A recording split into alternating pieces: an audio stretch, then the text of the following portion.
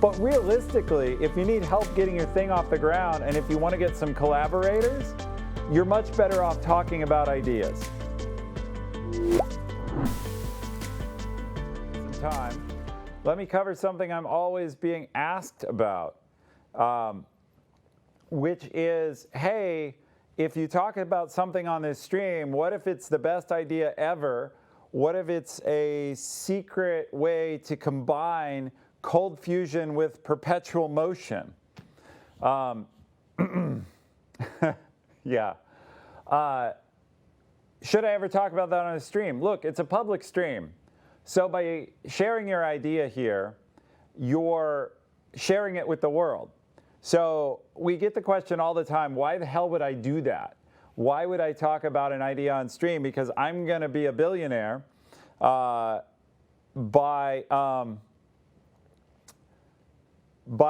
this idea. And why would I tell anybody else? I have to keep it secret. I need all of Twitch chat to sign an NDA, and then I'll come on your show. Look, if you have a cold fusion meets perpetual motion meets faster than light travel idea, go do it. We want dibs to ride first on your FTL spaceship. But otherwise, the fact is most ideas go nowhere. And most of us, the most common conversation you have about a $1 billion idea is not, hey, look at me, I'm a billionaire because I had a $1 billion idea. Instead, it's, you see that billionaire over there? I had that idea 2 years before he did. And then, of course, you ask the person, well, why aren't you the billionaire? Well, you know, blah, blah, blah. And they have all these excuses about why they never got around to it. So this show is founded on the idea that the best way you get you towards your $1 billion is to give you feedback and to have you benefit from the feedback of chat and benefit from our critique, both of your pitch content and how you pitch. So God knows I want to get to doing some of those pitches. But the point I wanted to make was, yeah, if you've got the new faster than light drive, and you're sure you have it, and the only thing separating you from changing the history of Earth as we know it is time and secrecy, then don't tell us. But realistically, if you need help getting your thing off the ground, and if you want to get some collaborators, you're much better off talking about ideas. That said, just understand, you're telling the whole internet. I do that all the time with ideas because I hope someone else will build them because I don't have the time. So like we didn't hide the fact we were going to start a show called Twitch Pitch. And this is important too. Devin and I could have gotten into all kinds of haggling about Twitch Pitch. We could have haggled over, does it run on his channel or my channel? If people sub to his channel while we're running this show that we co-created and we came up with, does he owe me money? We're using his studio. Does he pay the rent? Do I pay the rent? Does anybody pay the rent? Turns out nobody pays the rent except Nerd Fusion, and we talk about it being their Nerd Fusion studio. So you can either get wrapped around the axle about haggling all of that or not. Because the truth is Devin is exposed. It's well known that even though I don't speak for Amazon here, and I no longer work at Twitch, maybe I'm secretly plotting this as like my private experimental session, and I'm going to walk out of here, shank Devin, metaphysically speaking, take this back to Twitch, we're going to rebrand it something else, and make a huge show backed by Twitch. He's exposed. He has no cover except you guys could whine about it. Conversely, maybe he plans to shank me. Like I walk out of here and he's like, oh, Ethan's a boring guest. I can do so much better. Right? I can bring somebody else on. I'll do my own show. I'll bring together, you know, the crew from the Trainwrecks podcast, and we'll do Twitch Pitch. And the hell with that guy. You can worry about that stuff, or you can have your idea become reality, and you can work with partners you trust. And so you do what you want, but I would just say that's like my long soliloquy, is you can either work with people that are going to be around and that you can trust, that you work well with and see your idea come to life, or you can get wrapped up in it. Now, I won't say partners never screw each other, right? Like there is real use to lawyers and that stuff in business, but for most stuff, your bigger risk is that your idea will never come to life, or you'll think it's brilliant and a 4-year-old will be able to point out where it's fatally flawed. So 4-year-olds pointing out flaws since The Little Mermaid, right? Why didn't she write him a note? Exactly.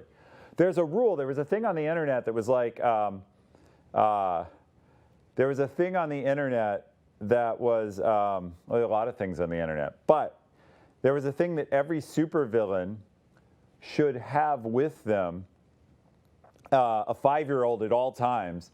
And if the 5-year-old can point out a flaw in the supervillain's plan, the supervillain should adapt. It would ruin, though, all supervillain movies. So. Hello, I'm Devin Nash, and welcome to the Nerd Fusion fucking studios for the first time. All right, this is I'm the CMO of Nerd Fusion. Here I run this company with my business partner Matt, and Jack is our studio manager, our fantastic dude that makes this stuff possible. This is a full production studio that can do basically anything you could imagine. And I was thinking in my head that. Most of the time that Ethan and I do this stuff, we do a lot of collaborations. We've had 2 episodes to lead up to this show, which is the resume stream and how to. We were decisive in here. No, I know, but I'm saying the idea, the things we did for this show were, number 1 was how to know if your idea is good, and then how to actually sell it. How to sell it. So we had those 2 things, and we did that in that room. But I was like, wait, what if we had an actual like studio where we could like make like a really high quality production, and that's what this is, in theory. It's a work in progress. So this is it. This is that, and we use this for all kinds of stuff. I'm excited. So we're here today to do our show, Twitch Pitch, which is a well, you already explained what it is. I did in part, yeah, but given your context, that we need to re-explain it. Twitch Pitch is a show that Devin and I want to do where people can come on, give us their ideas, show us their ideas, and we will give them feedback on both the quality of their pitch and the quality of their idea. But also, because chat is here, we think the people who come on will get the benefit of the wisdom of the crowds, quite literally. So hundreds of you, or at least 12, sounding off in chat, giving your opinion on both how they pitched and what they pitched. And then they can go back and rewatch and see all of that feedback and use it to make their ideas better, stronger, faster, and go conquer the world. So, yeah, and I agree, A-Logic Z nailed it. That's what some other show we don't talk about lacked. You.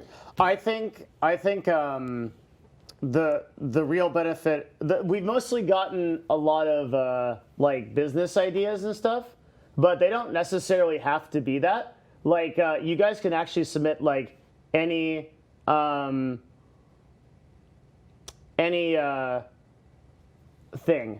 I think. So like it could be kind of like any idea. Yeah, it doesn't have to be. It doesn't have to be a business idea. And some of the ideas we have aren't. I mean, they're all kind of businessy, I guess. There's no like, this is my idea for me to personally lose weight or something. But we got actually really good ideas, I would say. Okay, so Jack is taking initiative. Yeah. That's good. He's gonna bring in our first guest, which is Fashion Pup. Oh, is it? Well, he asked. I think Fashion Pup. He asked up there on the screen, and Fashion Pup's first, and that's one of the ones we wanted to do. So let's do it. Yeah, cool. Okay. And Fashion Pup is not the guest's name. I've forgotten, and I can't read the email from here. Is it Mitch Murray? Yep. All right, Mitch Murray. Yep, we got it. Once I focus. It sounds like a superhero name. It does. Like Daredevil. Yeah, I like it. It's very cool. Yeah. All right. So assuming Mitch Murray is here, we're going to bring on a guest, have them pitch. We're going to see if all this works first. Yeah, and we're a little bit delayed, so some people may have evaporated. No, they'll be sure there, they'll be I here. assume. Yeah. Jack, you can do 2 also. You can email 2 people. I know the dude that did games, he's here. Oh shit. I messaged him all of the people, but I didn't give him the list. I need to give you the list of people that. Hang on. Well, you can steal it off your phone, right? You can like email them the name. Yeah, that's why I brought this. All right. Well, in the meanwhile, he'll bring our first guest on. Why don't you just have him waiting in a room on Discord? It's a good possibility, but Because it's episode 1. Yeah. yeah, we expected this to be a learning experience. We've learned a few new things. You're very good with I just love your like damage control. You're like, yeah, we've been learning a couple of things. Like, Well, you know, I've told you the story, right? I know I've told you the story of when I. you should tell it again. I think it's a good. Yeah. I've told the story of when I was standing on stage, doing an Amazon all hands early in my career, and we were debuting what's now Prime Video, Amazon Video. It was called it's called Amazon Unbox, but that name is old and bad. But I was doing a demo, and Jeff Bezos and all of his team are sitting in the front row. And I'm supposed to, I have a video pause that I want to show. It's paused over my shoulder. And I'm about to, I'm talking about it, and then I hit the button on my PC to cue rolling the video, and everyone in the crowd laughs. And so I don't know what the hell's going on behind me. Everyone's laughing. And I turn around, and on a 40-foot screen behind me in a movie theater, the video is playing upside down. And so you can actually see me if you had this video, me like turn and look upside down. I turn back and I look, and Jeff and his team are looking at me. And so, yeah, you get good at damage control because you're holding the mic. You're on a stage in front of your, Amazon was a lot smaller at that point, but a couple thousand of your peers and coworkers have just gotten done laughing at you, and your boss and your boss's boss and his boss too, because that's what it was, are sitting in a row in front of you. How did you control that mishap? Well, I had to be honest. I said, well, what I said was, Jeff told us it was important that this just work. And obviously it's not working. So I have to go fix that, but we'll get it working.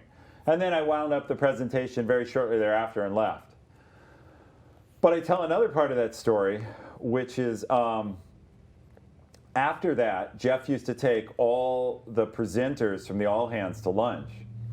So I went to lunch, and just like I was early here today, because I'm always early places. He really is. It's actually insane. Yeah, that's I was the first person. Yeah. So if Devin's like #never late, I'm like never on time, only the other direction. What he means by that is he's always on time and I'm always late. Yeah.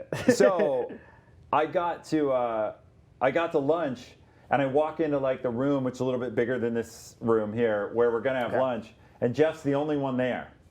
And so he sees me walk in, and I immediately like head for the furthest away chair, and he says, no, come sit next to me. And I'm thinking, oh, okay. So this is about to get very interesting. So I plop down next to him, and he leans over and says, I'm not worried about what happened today because I know you are, and so I know you'll fix it. And that was so encouraging, right? Like he could have said anything, and I'd have taken it, right? He could have said, "What an idiot! Like, how could you possibly get on stage in front of the whole company and bring crap like that?" And he'd have been right. Like, how could you mess it? Or he could have said, like, "Wow, I'm really worried. I need to audit your. You're gonna have to do a few demos now. I'm gonna send all my senior tech people." To check up on you, because clearly you don't know what the fuck you're doing. There's so many things you could have said. Like the ways that I feel like leaders handle crisis situations is maybe one of the best indicators of like how good they actually are. Yeah. I had a really big situation happen actually like relatively recently, and one that I needed to like bring Matt in on. And Matt's the CEO over here, so he and I are in like a partnership with this company, and like I called Matt, and even I was like, oh man, this is like a really pretty crazy situation. And Matt was like, dude, totally cool, don't worry. Like everybody has like mishaps, like this is totally gonna be a thing. And he was just like so chill with it. It's like if you have like a boss or like a leader that like something goes wrong, and then that person's like, "What are you doing?" Like, "Oh my god, like we gotta get this fixed right now, right?" Like what I just did was like, "Hey, I need a minute," like, right? Yeah, it's not helpful. That's I think that's really good. Right. So Devin needed to work on something. I came up and started to talk to him. He said, "Look, I need to handle this. Give me a minute." Yeah, the right thing to do is give someone space in that situation. Like they're working on it as hard and fast as they can. And even if I don't think, for example, if I don't think somebody's doing it the exact right way, getting over their shoulder and like being the pointy-haired boss from Dilbert. So somebody asked what was my position at that time. I was a senior manager at Amazon back then. And it was a defining moment for me. There's no question, KB24. That was a defining moment. So, So we have to, you're helping Jack with a summoning spell? Yeah, I think so. Also, we're sending emails right now just to make sure that the people who we selected, I sent you guys emails last, if you got an email from me, post in chat and we can actually hit you up. Also, there should be people that are still submitting apps and everything too. We actually got... No, there's inactive wall. I'm the games guy. Okay. It might be true or not. No, it is true. It is true. Yeah. Okay. So you should have gotten an email. Were you freaking out even though you sounded calm? Does it? Yeah, I was, but I just go... When that happened with the Matt thing, whenever stuff happens, like, I'm a really high energy person. So, like, I get, like, hyper-focused, and I just don't, like, I try to, like, eliminate all background, like, stuff that's going on and just, like, try to get after it and try to fix it. Yeah, there's a time where just put your head down and execute. Like, hard special forces type, like, okay, we're after it. Yeah, so, okay, we have 2 people in chat, so you guys should be getting emails, and if you want an immediate invite, so you guys can join up. And then we'll pull up your stuff. So for people, !Twitch pitch, all one word, you can get a doc. If you want to write something up to pitch us, and you want to do that in real time and send it to us, we're logged in the email right now, and we can like potentially get you in. Yeah, potentially. And if not, we plan on doing the show again in a couple weeks. Yeah. We expect it to be an ongoing series. It's on my calendar for a long time to come. And so we're assuming that, and it's also, if you didn't get selected or we didn't email you before the show and you've already sent us a pitch, we picked the top half dozen with some variety in them. It doesn't mean your pitch selected. wasn't awesome. It means we were trying to hit a mix of different stuff. Exactly. Yeah. So we selected, like, I thought it was probably enough, like maybe 8, but I think like going forward the next show, we need like some way to confirm that they're here. Yeah, well, that's just like Hephaestus or we whatever can do with later. people in a Discord room. There's a couple ways to do it. This is like the pilot episode, boys. Yeah, that's right. Yeah. A Paradox Unknown has it. Season 1, episode 0. Yeah, episode -1 because I have all of your emails up here too. You know, we might love KB24 to make it a weekly show, but right now we're just looking at every other week to see how that goes. Even that's a lot. I think, we'll just see. I think every 3 weeks is smart. We can talk about that. Yeah, and Devin and I will figure it out based on demand, based on audience response. I think eventually, when people figure it out and word gets out, and it also, it matters. It's 5 o'clock here in Seattle right now. It matters how well Devin and I do and how well you do as an audience giving people valuable advice. Like if other people watch the VOD after this and are like, oh my God, I wish I'd been there, the show will grow. If people watch the VOD, they're like, well, I missed nothing there.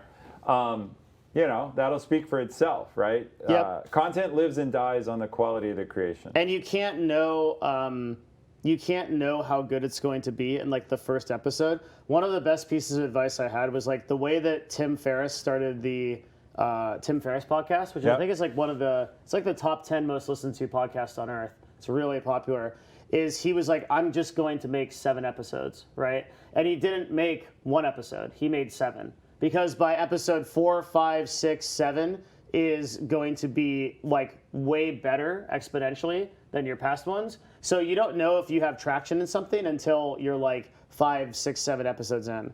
And part of that is like stuff that's happening today, right? Is like there's 955,000 things that we can improve that we know for next time that we'll probably talk about. And this helps our production here because this is a full studio for production for clients. And it also helps us too to make a better show. Yep. Absolutely. Nice. Now Oh, that's so pro. Let's look at go. that. Hey, the studio thing, it's got potential. That's the first. Look at that huge That's ass the- logo. That's the logo's too And big. like, oh, I got to point this way. Yeah. And the name. Wow. Yeah. Now I feel bad. I think that's too much space for like. I think it should be like 40 or 50% less. Yeah. Absolutely. Do not. He's not going to change it on the fly. Why not? That's editorial feedback for next time. All right. Fuck. Okay. Okay. Because. Right. All right. So, welcome, first person on the show ever. Your name is Loan. Loan, yes. Dude, thank you for. It takes an incredibly awesome person, and you get points just for that. Just to like be the first person on the show. Yes. Yeah. Bravery. And literally none of us know what we're doing. Okay, so what we can read his idea and then he can explain it. How's that? Yeah, sure. So well, no, we should have it. Oh, have him people pitch can it. read. It's It's your your idea. pitch. Pitch it. All right, You're yeah. pitching. Pitch Okay. it We're like here. pitch it like we're Oilers in chat about to rain money on you. You've got the because we might be. Because we might be. Who knows? You've got the masters' attention. Okay, so hi, I'm here to pitch my idea that could disrupt the dropshipping industry. But first a little presentation. So my name is Loan. I'm from the French parts of Switzerland. I'm 18. I dropped out of school at 15. I went all in video games, played at the top level on Overwatch, Fortnite, and Realm Royale. Then I discovered business, fall in love with it, went all in business, where I'd made past 6 figures in the dropshipping niche with my brother. Okay, so the problem I found is most dropshippers don't give enough value to their customers. And with my idea, we can give more value than them and better experience. Great. So the idea is a browser extension that pop up when it's on a dropshipping product page. If you click on it, it redirects the people to the same product on Amazon with an Amazon affiliate link. So it's cheaper for the same product with better shipping time and better customer service. And yeah, that's it. What exactly does the browser extension do? It redirects the people. If you're on a dropshipping website, If you're on a dropshipping from website. it redirects from the dropshipping website to the Amazon to the same product, but on Amazon. And what's the And benefit it's of doing cheaper. this? I mean, you give better value to the customers, and you get a kickback from the Amazon affiliate. You get the commission. So it detects that the product is already being sold for cheaper somewhere, Yeah. and it collects all of those prices, and then it actually sends it to a different to the retailer that has the cheapest price.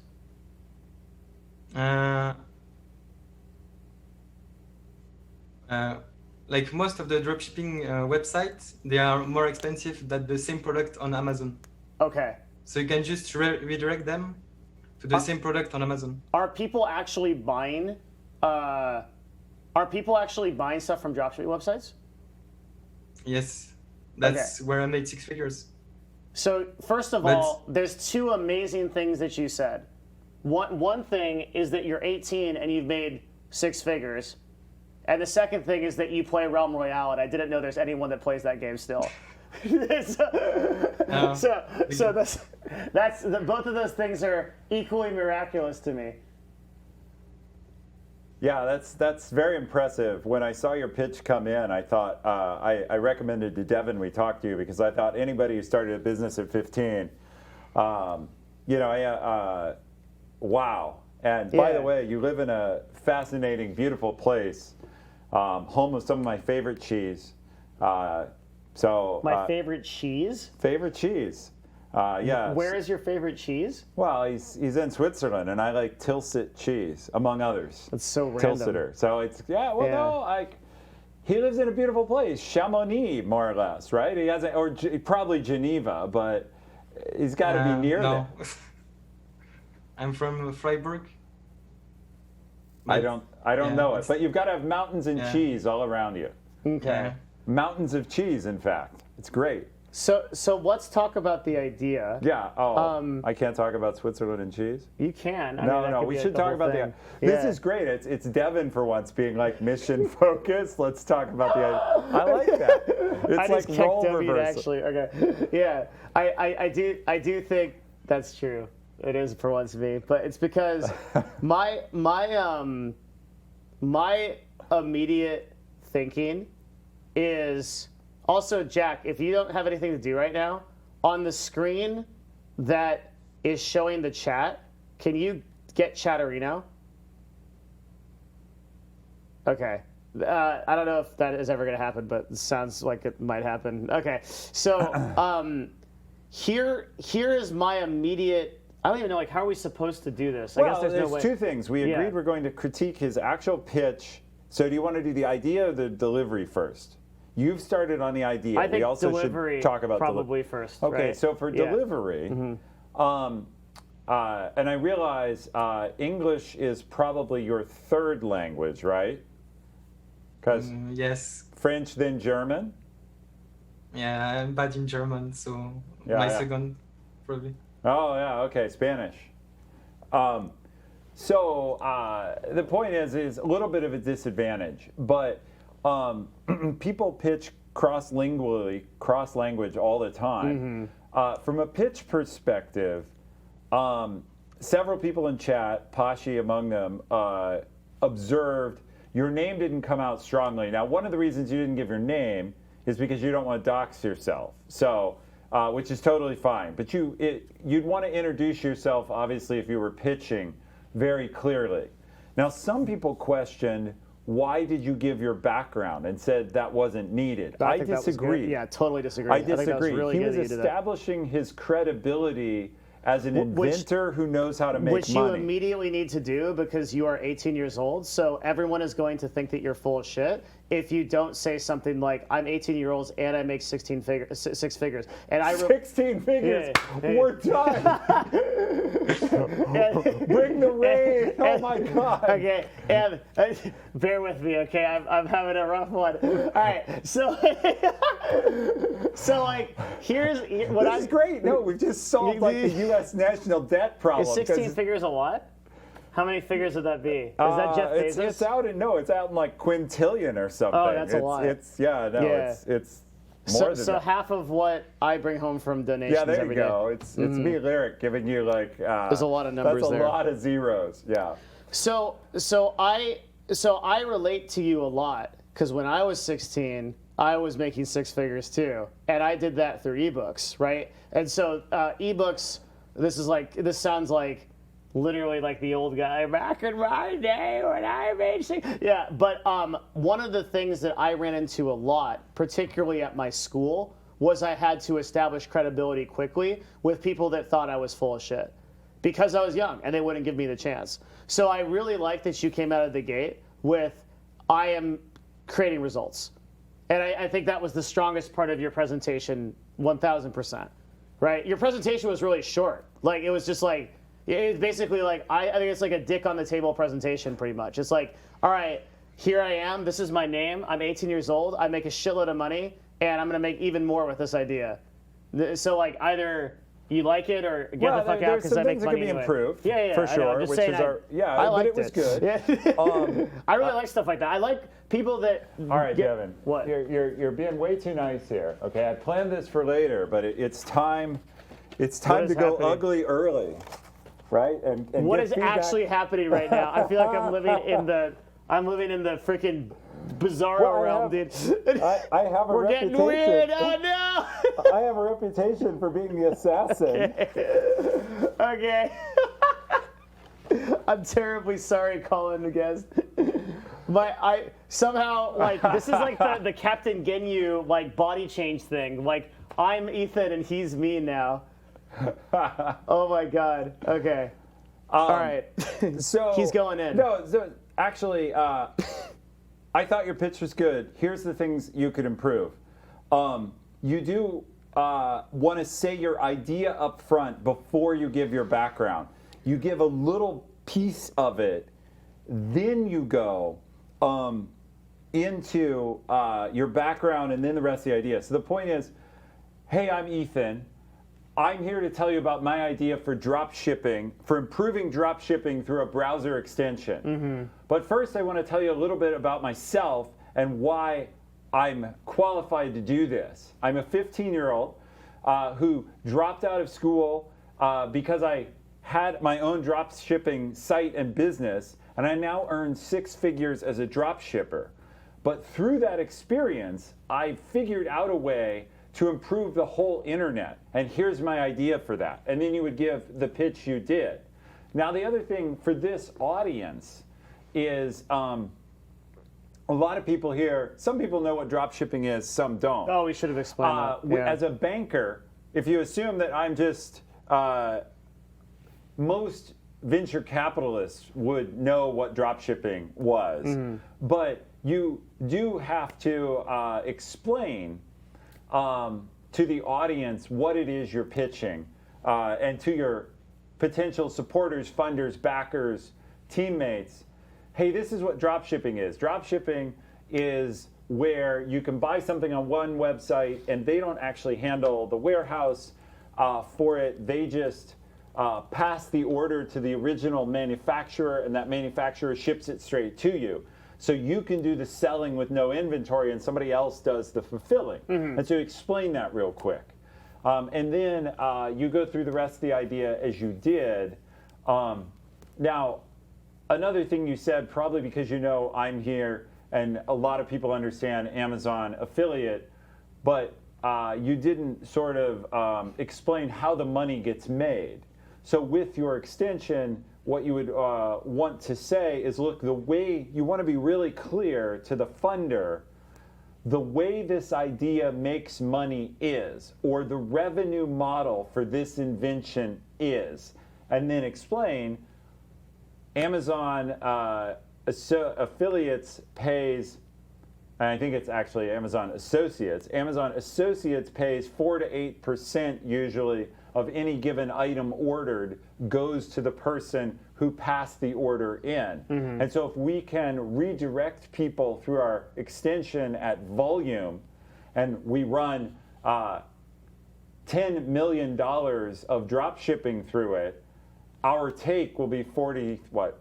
400,000 at a 4% rate. And really for only the work of getting that installed. And so that's kind of the explanation.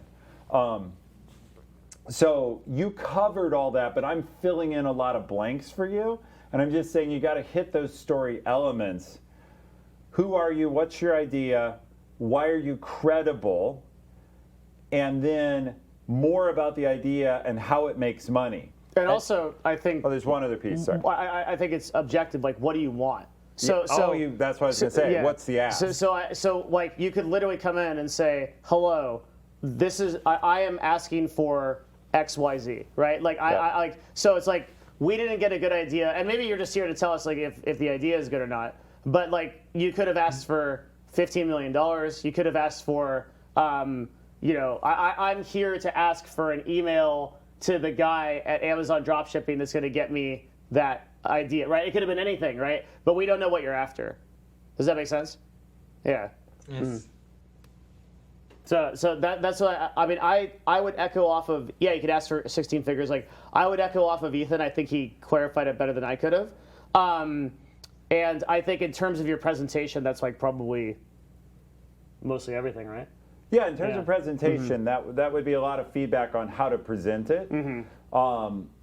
And again, we appreciate. We're now going to go into what we think of your idea. But I understand we just gave you a lot of feedback on the presentation. You were the first one to come on. You've done a killer job. Absolutely. To be the first guest, particularly after it took us a little while to get started, and to come across language and to pitch in a different language. So now we do the actual idea, right? And Pugnatio, people in chat are asking, we do both. Yeah. So we're going, yeah, somebody else covered it. We're going to first cover, and chat, by the way, if you have things to add that you think we missed, put them up there Post to them. help and we'll bring it up. Luan for for the future. All right, sweet. Let's talk about the content of the idea. Devin, do you want to lead on that? Yeah. And chat again, sorry. If you have ideas about the content and the please do that also. My number one issue with this is how fast it can be duplicated, right? I think it's a good idea, but I always am really careful of ideas. So I'll give you an example. So like back in my, I hate telling these like old grandpa stories, but back in my days of building ebooks, okay, the problem with the ebook business and why it actually eventually failed, because I was killing it, dude. Like it was really, really similar to what was happening before. I was like, what's happening in your case, it's like a really similar business, which is why I'm telling the story. Like the way the ebooks worked was you didn't really need. This is like back when like Google is like basically just a search engine for ads, and so you would run AdWords, and you would drive traffic that you want to buy your product to whatever product you have. It's like a one web page thing. It sells the product and it has like copy on it. And so the whole point of that was to just get people to buy the product. And it worked really well. Like I would probably clear anywhere between like $4,000 to $6,000 a month off each website that sold the one product. And then I would build just like 8 to 10 of those websites, and I'd be done, right? But the problem was that Google changed the algorithm on me, and so they decided pretty much randomly that the way that content was served wasn't good. They wanted websites that had actual content. You know, like imagine that. Like they wanted websites that wanted actual like blog posts and stuff for people to read. They didn't just want like a website on the front page of Google that just sold something, right? And that makes sense for their business. But the point was, I was completely reliant on their business. So if they made a single decision, they can cut my business overnight, which is literally what happened. I went from like making literally 6 figures to making almost nothing because they changed the algorithm on me. Now you can adapt and you can make things happen, and to some extent this is a dance that happens on all major platforms, right? Like on YouTube, if you're trying to make YouTube videos, they changed the algorithm a little bit, now you gotta do something different. Look at like what happened with like COPPA, where like people that now make kids videos on YouTube just don't make money anymore. That happened overnight, right? Because they were completely dependent on the platform. So what I would think about for your idea is, are you totally reliant on Amazon to make this work? Or are you totally reliant on some part of the process? Because what if the dropshipping websites change their prices, or they create a browser extension that does this, or whatever, right? And like, if you can get in on this market and do it before, and not many people are doing it, it seems like it's a low barrier to entry, so just do it, right? But be aware of that your system can be basically taken over by people that want to move, that can move faster than you. I'm always conscious of that shit. Yeah, and several people here and I are suggesting that the Amazon Assistant browser extension already does most all of this. By the way, I work for Amazon, but which is well known. Since we ended up talking about something that relates to Amazon, I'm not here representing them, but one key to think about is actually if you can get more adoption of something in the marketplace, it doesn't matter that Amazon has one. So for example, the whole Amazon affiliate program, the associates program, is based on the idea that other people can often cause people, even though Amazon is super well known, other websites can drive people to come by, or streamers can drive people to come by. So the question for Luan would be, as Fred the Free says, Amazon Assistant has low adoption. That's something Amazon should be working on fixing, and I'm sure there's a team probably doing that. But if Lohan has a better way to do that, he can still have a business. He does have a threat, though, and if I were an investor, I'd be worried about what someone said, what is the moat or what is the barrier. But you shouldn't feel like you can't beat those guys out. And like this is the small business part of it. Yeah. I've made most of my money being agile around bigger businesses because I think they're too slow and too bureaucratic to do shit.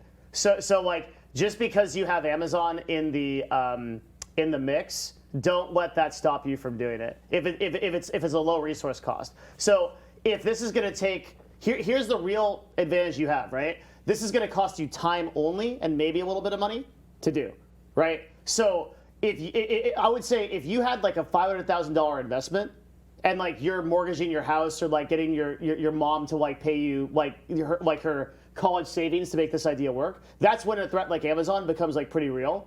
But if you're just doing this in your basement and like it's just time anyway, like just do it, right? Because like I think you can be more agile around those businesses that, in my experience, take months and months and months and months to actually do anything, if ever, right? There are opportunities that Twitch extensions and Amazon extensions should be doing right now. Really obvious stuff that they're just not doing that people can move around and make a lot of money off. And then the day that they implement it, great. Or like maybe they'll buy you, right? That's another thing too. Like look at Curse. Yeah, companies get acquired. So that's another really time. good point. Like Curse was basically a chat solution, and Twitch liked it so much they bought it, and there's a lot of people that work there to this day. Right. Yeah.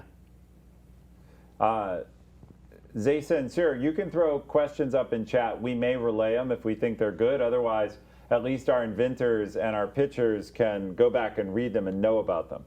So, Lohan, what was your actual ask? Did you have an ask, or were you just doing this to practice your pitch and get feedback on the idea? Like theoretically, what would you be asking the person you're pitching for? Anything? For resources, Like maybe financial. some help. Okay. More knowledge on team building and all of that, and managing the product, and yeah. So is there any way we can help you with that? Like, do you have questions for us? Like, you've got. Not really, but it was to expose the idea to see if there is some bad things with it. Mm-hmm. And yeah. Have we helped? Have we added like? Yes. Okay. All right, good. Yeah. All right, we Okay. get a passing grade. We get at least a B. Yeah. Altogether, I think you should do this. I think you're going to be fast enough, and you have the experience already. I think it's a good idea. Yeah. So like it's a Well, pass that's for me. interesting. I think we need to hear. I guess we didn't ask this. What is your strategy to get it? Because I don't think it's a good idea until I have an answer to this question. Uh-huh. How do you plan to get it adopted? Oh, What that's is a your really thought? good You question. build it. Yeah. It works like you want. How do you expect to get people to start using it? Mm-hmm. We can do like paid promotion with some YouTubers. Like there is some I try 15 Instagram products, and they can use the app, and then we can demonstrate that they save a lot of money and better shipping time and all of that. And then it's word of mouth because they save a lot of money by using us and save a lot of time. So your plan is to pay influencers to do it? Yeah, but other things too. So I think I would look at an app like Honey, for example, and figure out like what their growth strategy was. Because Ethan's right. Just listening on the Google Store and like the Apple Store or whatever, or I guess it's the Play Store and the Microsoft Store, it's not enough. And I didn't actually think about how you would get users for this.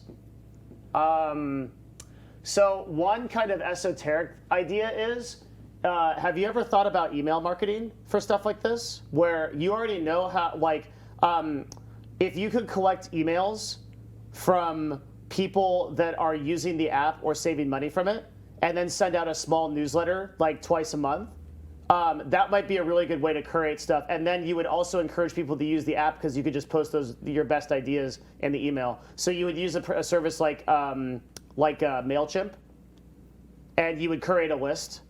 And if you're moving customers over, you could basically post the best deals there. That's one option, just like right off the top of my head. I'm trying to think. I mean, also like how you do it. Well, one way to do it you haven't talked about, because there is money in question, would be a pyramid scheme. No, like in other words, get your friends, your friends to install it, and you get a little bit of what they do. Yeah. But you need some, and you could certainly do that for influencers, right? Is you do a revenue share with influencers, where if the average Amazon affiliate fee is 4%. You say, for every user you get, I'll give you 1% of their purchases for the next year. Whether it works or whether that turns out to be a lot of money for them or not, people buy into this is important actually, chat, and everybody who's watching later as a VOD.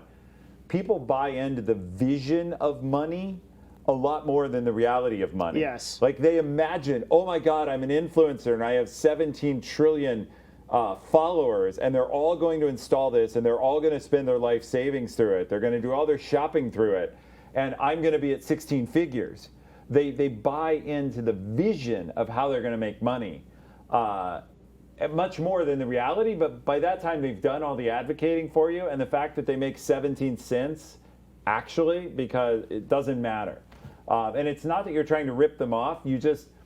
It's okay to let people envision how successful they're going to be, even though a lot of them aren't. So, yeah, 16 figures is clearly our new meme for this, right? 16 figures. Yeah. It's all right. It's like 16 candles, only not. No, Pashi, it's okay. I see your law. It's not evil. It's just you let people run away with their own imagination. Have you ever looked into things like ClickBank? Because I know like you're kind of like in the dropshipping thing. Oh, yeah. Yeah. So I think there's something here like where you could create. So there's a margin of this number, I don't. There's a margin of how much people are saving by you moving customers over. Call it 15%. Okay. So within that margin, you can give a portion of that margin to someone else to sell your app. Does that make sense? Yes. Yeah, I think there's something there. Think about that, because like you could go on Sorry, I'm too much in my own mode of marketing right now. That's what I do. Okay, you could go on ClickBank, and you can create a campaign. This is pretty like technical, but I think it's really useful to you in particular, which is kind of why we're here. So you could create a campaign, and you can work within those margins to get more users to actually use their own marketing tools to leverage your product exponentially. And I think that's that's something you can think about. That's actually like really useful. Chat, you're killing me here. This is great. They want to rename our show 16 Figures now. Yeah. It's not bad. I love it. Well, hey, thank you very much. I think if we were voting, which I think we should do, Devin would fund your idea. I would pass it, yeah. I think it's good. Particularly, but I'll say like with a caveat, I have a lot of context. Okay, if I didn't know what you were doing, I would not do it because I wouldn't understand it because the pitch wasn't good enough. But because I have so much context into what you're doing, because I've done it myself, I understand the idea and it's really good. I don't know if that makes sense. Actually, that's really important because for everybody who wants to get their idea or get resources, get somebody to join you, you want to pitch people who know your content. Yeah, I know exactly what you're doing. So I did the same thing. Made sense to Devin because he's done it. For me, I wouldn't do it. I wouldn't fund an idea like this in theory, or I wouldn't invest in it. I'd feel bad about it because the entrepreneur in question is so accomplished. I might stay in touch and try and figure out how to get there, but I'm not there yet. But obviously you have an entrepreneur who's 15, was 15, is making a ton of money as an 18-year-old and is ambitious. That's the sort of people you want to fund. but I would not fund it because I don't see the adoption, and I think everybody has correctly pointed out that many other extensions don't have a lot of adoption. It's very hard to get extension adoption. Now, in an ideal pitch, by the way, there'd be a business model that says, hey, how much adoption do you need for this to be a business that generates a return on investment? So we have some other people who have very advanced pitches that will somewhat outline the business model, but a perfect pitch would say, you know, I only need to get 100,000 people to do this because 100,000 people will spend an average of $100 a year, which is 10 million. And at 4%, I'll make 400,000. Yep. I'm asking you for 100,000 in resources. This is I'm going galaxy to brain. give you half the first year's take. You're going to make double your money in 1 year and own part of the product going forward. Now that sounds really good, maybe. So anyway, thank you for being on. I think in the interest of time and other guests, we'll go ahead. But I wish you the very best of luck, and regardless, you're incredible as a young entrepreneur. Yeah, you should feel like, dude, one thing I'll say to you, just like from you to me, there are so many people that would kill to be in your position right now, just at your age and everything. If you mess up for 10 more years and do nothing from now, like literally you're like, well, Devin Nash has inspired me to be a potato gamer and play Path of Exile for the next 10 years, you would still Realm be Royale, further ahead. clearly. Or Realm Royale, yeah. If you're one of the 37 people that still play that game, then like literally you could still be in such a good position. So, dude, if you spend the next 5 years on stuff like this, by the time you are 25, you are going to be set up to be a god. You have so much time. Like when I He's meet 18 people now, like so you, he'll be 28, but... yeah, that's math. That All doesn't right. matter. Okay, however 5 years is. When you, I am so excited when I meet people like you because I want you to keep going and get after it, and like don't get distracted by like dumb stuff like drugs or like women or anything, right? Like I'm kidding, obviously. Okay, but like don't get too distracted and like stay on this course in the business world, and you're gonna be in such an insane position in however many years that math equals out to. Yeah, I'm so hyped for you. You know, the thing I'm really the only thing that's sad about his whole situation is that we're not as young as him. Well, that's true. That's very sad, but I wasn't going to go there. The only other thing that's sad is I don't think Switzerland does numbered accounts anymore. So he can't like stash all this mad money he's making in like the anonymous no-name James Bond style. I just go rock through various islands and take money out of this numbered account that they hand me in a black bag and they never know who I am. But aside from Sounds the like you have way too much experience with this. That was oddly specific. Well, you know, no, Switzerland was famous for this, right? And it's a lost art to just have an account that's identified by a number and like no one knows who you are. And Yeah. if you can just give the right information, you get to take like a big bag of Swiss francs out and roll We'll like take your word for it. Actually, all right. So we're gonna switch to the next person. Thank you, Loa. Thank you, man. I really thanks for- appreciate it. Absolutely awesome. So Clap it up. Clap it up for him. Woo! Thank you. That was really good. So was really while we good. switch, I will just say, somebody says how the other half lives. I just saw this thing about what it takes to be in the 1% in various cities around the world. And to be in the 1% of homeowners in Monaco, which is like a principality. Oh, God. Yeah. The It's top probably 1%, insane. you have to have a $26.4 million home to be in the top I'm almost 1% there. of homeowners. Yeah. Couple Oh more. my God. Couple more tier 1 subs. And Yeah. Are we doing yeah. the sub pitch now? I'm down, dude. Well, if you want me to get my house in Monaco, chat, Oh God. yeah, make my Monopoly game a reality. Yeah, you're gonna have to go for Any it. All right. Oilers? Any Leprechauns? Any Tiger owners? Yeah. Wow. All right. Any hedge funds? By the way, Not an Undercover Cop and whoever you were talking to, they Good have the name. best idea yet. And we're gonna go to Aladdin. We see you on screen. Hello. We're gonna go to you in just a second, but they had the best idea yet. They're going to make a fidget spinner that spins the reverse direction. Ooh. Wait. Is that really good or terrible? I'll let you decide. Maybe it'll be on the next episode of Twitch Pitch. Dragon Ball Z. Aladdin, you're Aladdin, you muted. need to unmute yourself, we think, and start talking. Say hello. Thank you. Perfect. Okay, good stuff. All right, Aladdin, you're up. You're up, buddy. Go. We'll shut up. Great. So yeah, hi everyone. This is Aladdin Ben, the CEO and founder of Games. And like many of you, and I hope almost everyone here, I'm a gamer myself. Used to be a semi-professional Dota player. I was actually pretty decent. I had the chance to play against many of the people that used to play for SK Gaming in Germany, because I was in the Cyber Coffee that they used to bootcamp it in. And also like some of the, let's say, core team of ESL. So this is how I got to know the industry. And I started my career with an internship at ESL, working in community management and sales, and helped them to improve their Dota reputation. But let's get back to games. So today we have around 500 million competitive amateur players. This is how we call the segment. And they're missing out of income. Those people can be streamers, highly skilled players, pretty much everyone who invests a lot of time in playing a specific video game. Can we switch to the next slide?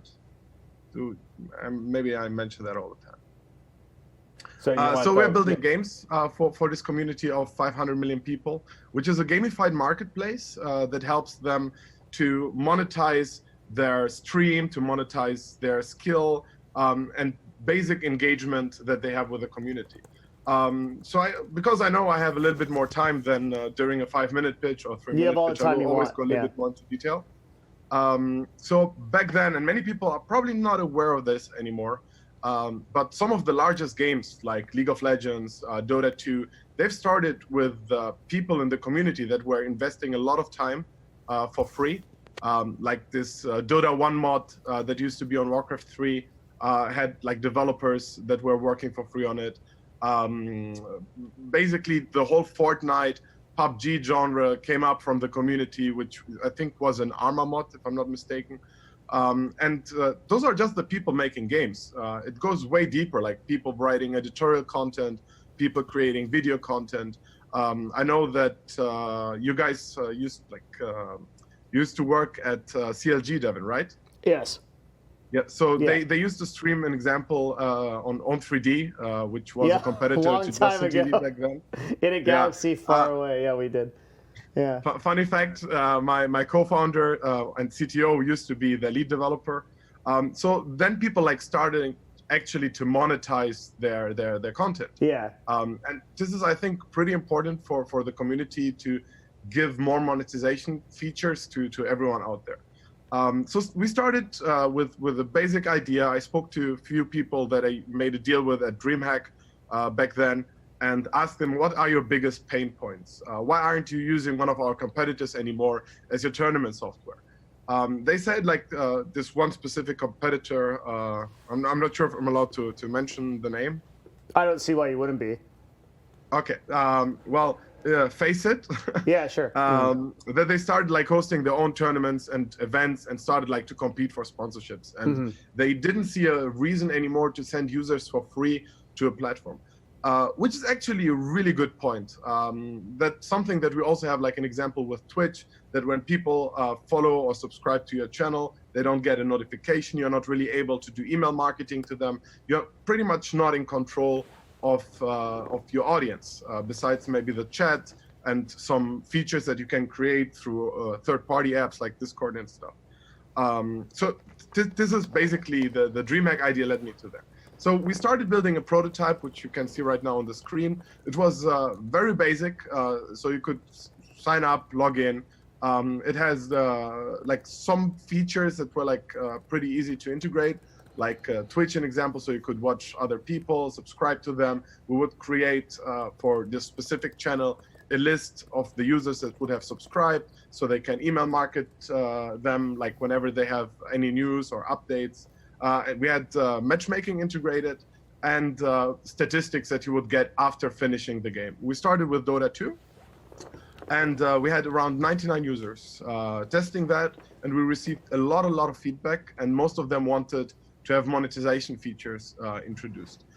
So we did like a lot of research, and we've spoken to pretty much everyone who tested our apps. And now we can move to the next slide. I'm doing the same thing. Yeah. There you go. It's up. Yeah.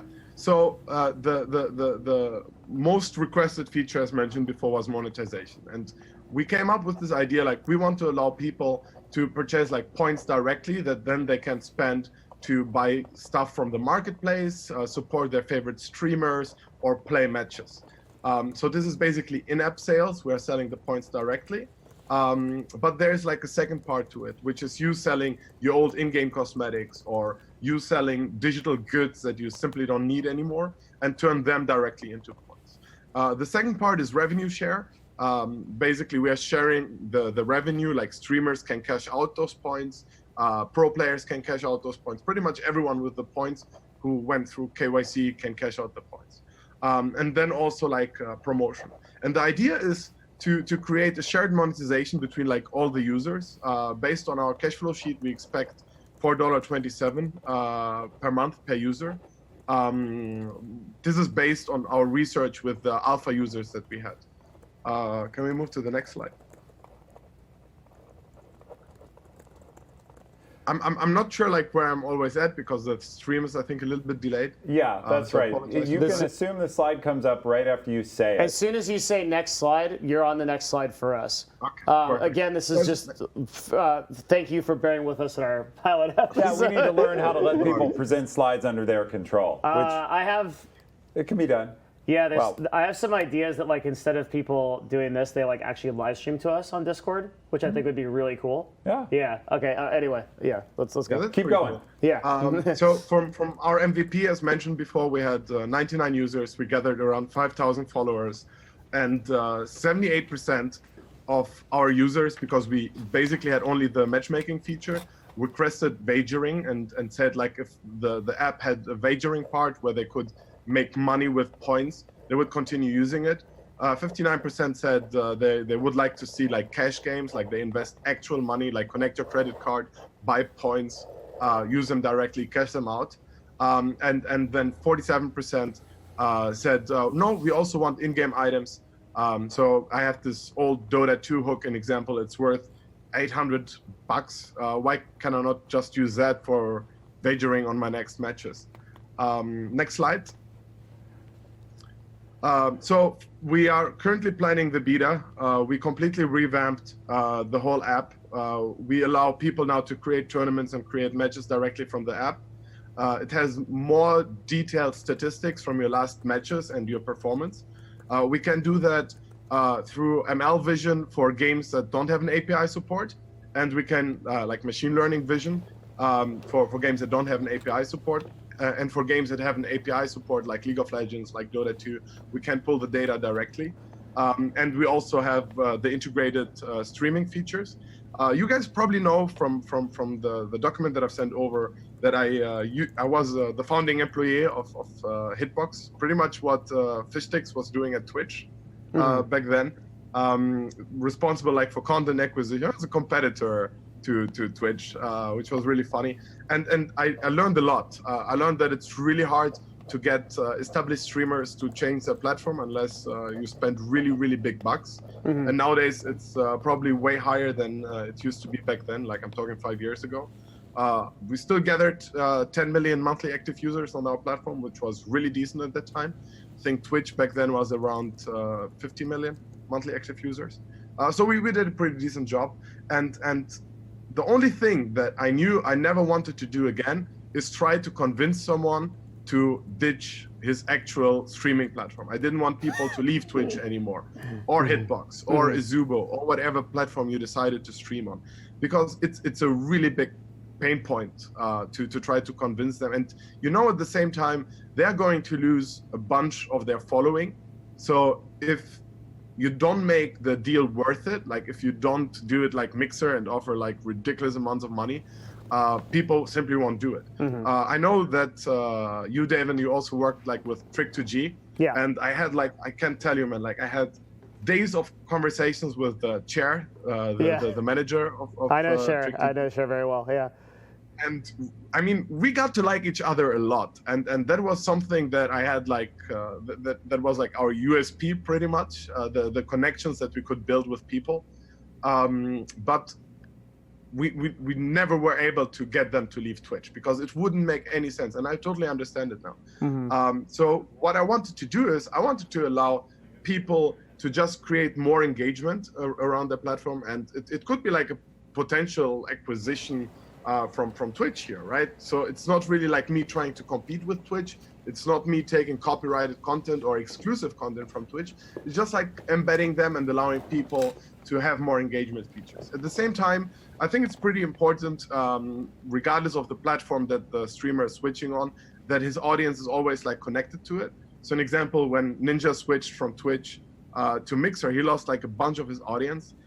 If he had his own page and all the viewers would be on that specific page, they would simply change the player in the back, right? So like in the back end, they would just embed the new Mixer player, and he would like keep his audience, and for the audience, it would look like nothing would have changed. But actually, it did. And what I wanted to create is basically a page where you can create your own branding, where you can collect your viewers, where you can email them. And that is like connected to the matchmaking part and to the tournament part, because if you participate in the tournament, the same viewers could get a notification.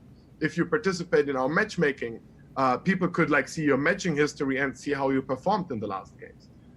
So it's somehow all connected, also, even though it sounds different. However, for the beginning, we want to focus on the matchmaking. Can we move to the next slide?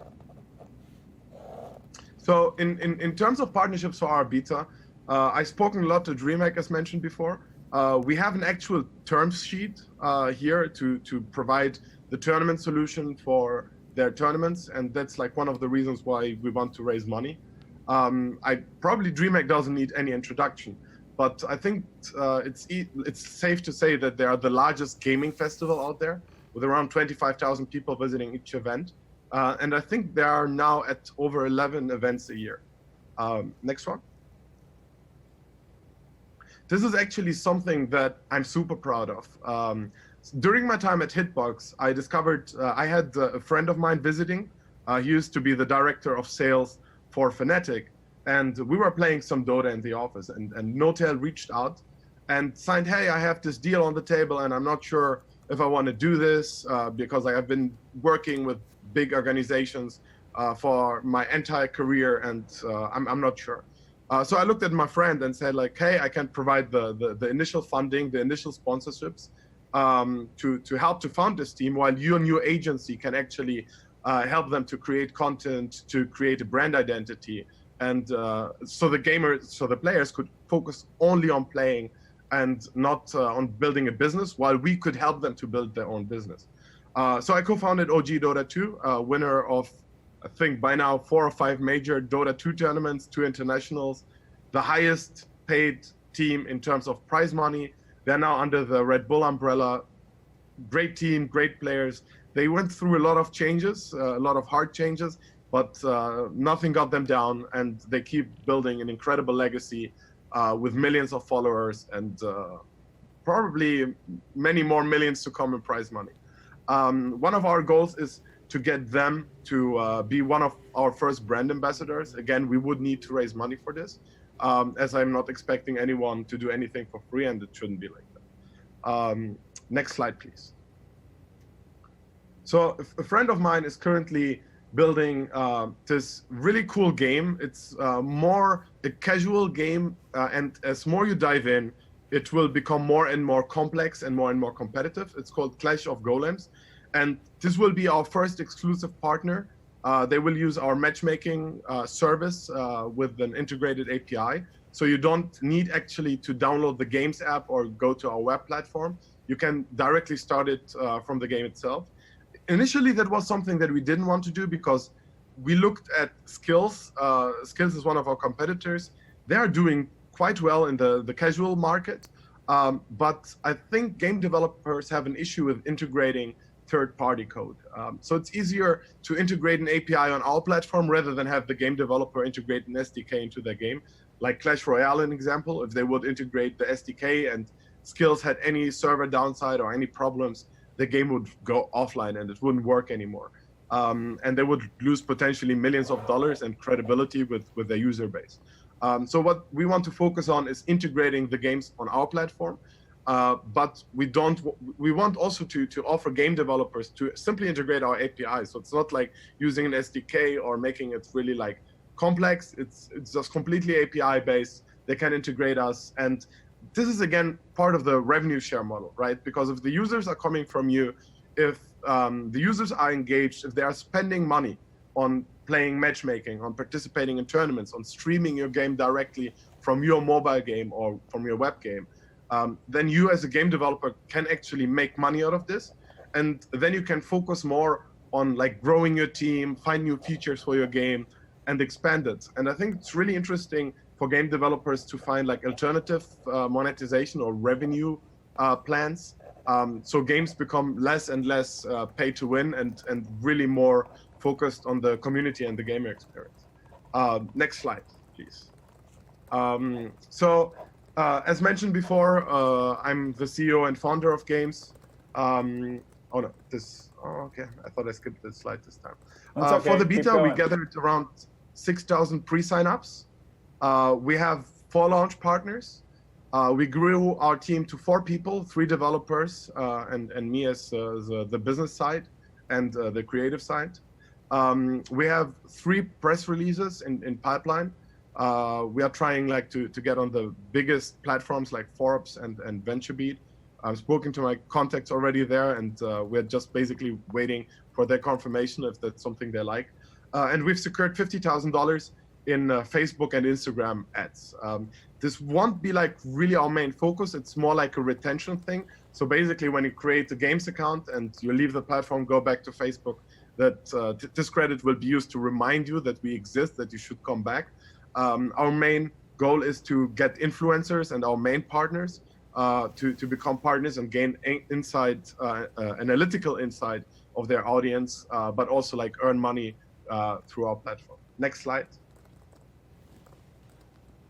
Great. So as mentioned before, I'm the CEO and founder of Games. Totally said pretty much everything. I have a history in the gaming industry, worked with Meteor Makers, OG, ESL, Hitbox, DreamHack, like a lot of people. And I think it was a quite interesting career. A few years ago, I decided to make a switch in my career. I went to work for an asset management company based in Salzburg and in Dubai. This was during a break from games, but it wasn't something for me anymore. I wanted to keep that startup spirit alive. I wanted to continue working in the games industry, and I wanted to be that way. And that's why I decided to go back to games. My co-founder is Thomas. He is based in Austria. He used to be the lead developer at Boom TV, which is one of the portfolio companies of Bitcraft, probably the most prominent VC in the esports industry right now. He used to be the lead developer at Hitbox and the lead developer at Own3D. So also like quite a career in gaming pretty early on, and lots of leading experience of technical teams. I think we have only 1 slide left. Almost done here. I just took really a lot of time because again, you guys said there's a lot of time, so I wanted to really go into detail. We're asking for 300K in pre-seed. The original ask is 500K, but we secured 200K already from 2 investors. So there are only 300K left. That money will be used to launch our beta, to secure the partnerships, to get tractions on our platform, prepare for a proper seed round by showing traction, showing that we can grow based on our expectations. And obviously to set up an office and have more key hires, because the team of 4 people for such an ambitious project is a little bit too small, and we definitely need to scale it up. Thank you. All right. Yeah, that's Thank you, Aladdin. That's an actual pitch. Yeah. I think like that. This is much more what you're going to see in a VC room. And yeah. chat was full, chat had a lot of comments. I have 2 things to say about chat comments that are relevant, and then we'll go into it. First, on chat, actually nailed a lot of the points I would give in feedback. So chat, you're actually doing a great job picking apart these pitches.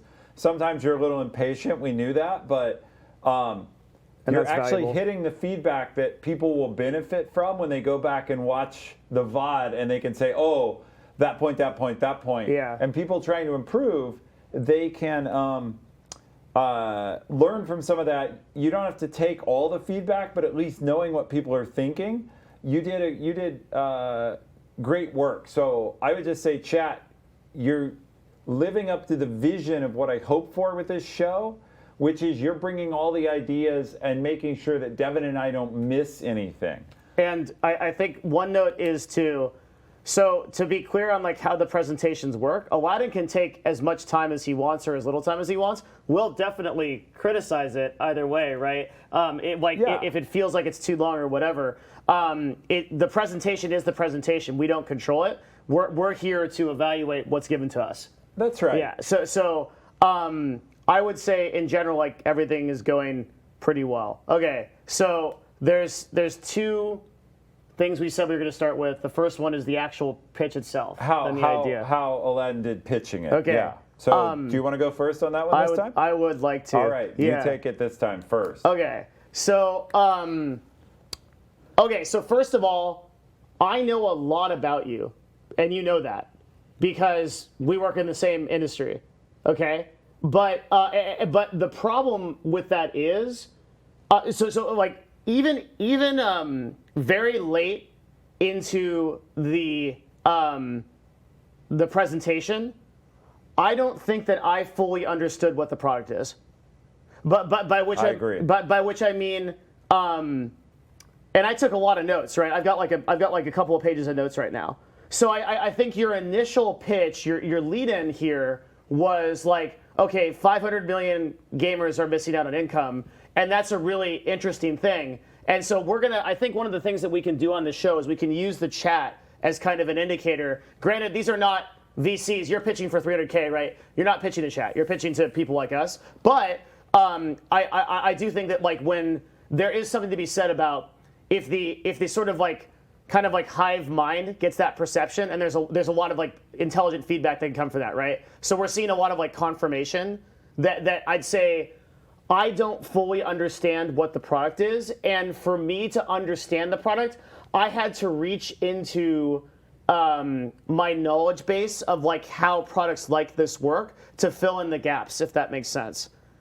So absolutely, yeah. I consulted for a company that's doing almost exactly this. And I had a context into that as a result of this. I think if I didn't have that context, I wouldn't know what the program did. So I think at a high level, the very first part of the pitch should be, this is what it does, and this is how it matters. And the way that I would use that language, if I understand it, is like, okay, we are a website that allows gamers to create tournaments or be involved socially with each other, irregardless of the platforms that they're engaging upon.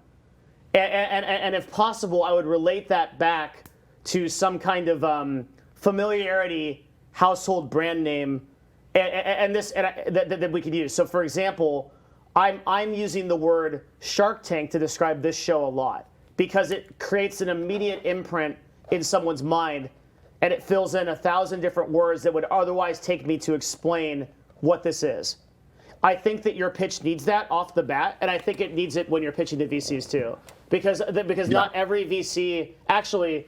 I've pitched to all the VCs you're going to pitch to with this idea, or you already have pitched to, right? Like, not a lot of them actually have enough context to really formulate in their head without that overview what this idea is. This is actually, if I can jump in, because I had the same note, and chat's saying the same thing. All of us, much like the previous presenter, wanted a so-called elevator pitch or tweet-length summary of what was the main idea. And that didn't come through. I will say, in fairness to any inventor, remember Aladdin is spending, how long have you been working on this idea? around 3 years. Yeah. Wow. Yeah. So he spent 3 years of his life So you building understand this. it so intimately. And so explaining it to like a 5-year-old is like explaining it to people who've spent 3 seconds on your first slide, it's very hard to get out of your own head enough to realize, like, oh my God, right. First, I have to explain the concept of language, then the concept of words, then the concept of games. But with a lot of investors, even so-called smart money, which means people who know the industry, means they understand like games and mobile gaming or something. Yeah. When you get down into, no, we're esports, no, we're matchmaking and monetization for dedicated gamers who aren't full-time pro competitors, you're way out of their area of expertise. And so somebody in chat says, Danana, and a bunch of people in chat, you really should go back when you get a chance and read the chat, is you're explaining it to your parents. Like, yes, they know and they care and they're interested, but they don't have all the context. So you can keep going, but I do think for anybody who's listening and creating their pitch for the next show, or if the people who are going to pitch next are listening, get that soundbite in early, that elevator pitch of this is the main thing. Keep going, Devin. Okay, the second thing I think the- is that just because you have a lot of time doesn't mean that you necessarily want to use it, right? Or that you want to use it in like a really intelligent way. So when I do pitches or I'm listening or I'm coaching people on pitches, one of the big things I want to do is I want to kind of, and everything that you say in your pitch should be leading the investor to think a certain way. So if you tell a story about OWN TV, or you tell a story about your history at ESL, right? That like your story, when you opened up, you had this, and then I think as the presentation went longer, there was more like filler that didn't directly apply to like why we should invest in you. And so when you opened up, for example, when you said, I was actually in sales at ESL, right? You immediately connected yourself to the industry. You connected yourself to somebody that's doing production quality and tournaments in the space, right? There was a lot of, I understood why you said that, right? And then as time went on, and you also continue to do this, right? Whereas like there was some really critical stuff where you said like I secured 50,000 in Facebook and Instagram ads. You had a test in there about users that you've already had some people on the platform, and that was really good. But what I found is your presentation was how many slides? I think 6, 7. Was it really? No, it's probably No. 10. Yeah, 10 to I 12. think it was like 10 to 12. Yeah.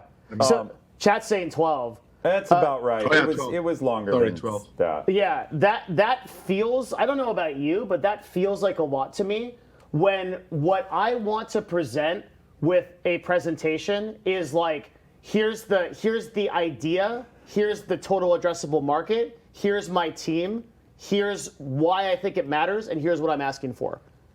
So the number of slides, because there are people. There are people that have just to 30 take slides, issue but about that, yeah. The presentation is like, If they're clicking cohesive through 'em, enough, yeah. right? There's that idea. I don't remember I'll get the exact numbers wrong, but I think this is invented in Japan. There was this idea of like 20 slides at 20 seconds a piece, and it's whatever that comes out to in minutes.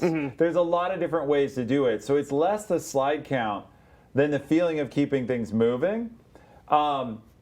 Your presentation both drug at some points, which you've heard and you'll see chat commented on, but also because Devin was having to fill in the blanks and I was frankly lost, even though I also know the industry and I was guessing about where you were going, I kept waiting for you to get to the point. And I think so that was made it seem a lot of people. long because I kept thinking, yeah, but I don't care yet. I want to know what you want. I want to know what the main idea is. And since I didn't have a clear idea of the main idea, I kept waiting for you to get to that. The other thing to jump in on go ahead. that, the way you communicate, and I mean the physical way that you use words, your vernacular is really advanced. So you speak in terms of like things like monetization and revenue upscaling, user retention. These are ways that very high level industry people speak to other very high level industry people. So you and I can riff on that. But if you're talking to a VC, even if they have, I'm telling you, I've just done this, dude. Like I've been through these. Even if you have context and they have context, they're just, the way you present it, you have to speak to people in a way that is simple as possible. And I mean, like, you meet in a mirror with yourself and you start to, you speak to yourself in a way that gets simpler and simpler. I find, like, basically, if you can present this to Twitch chat and they can understand it, you've got a good pitch. I literally think that, because I think that there's not much that differentiates a guy that has $1 billion from somebody in there, right? Except the net worth.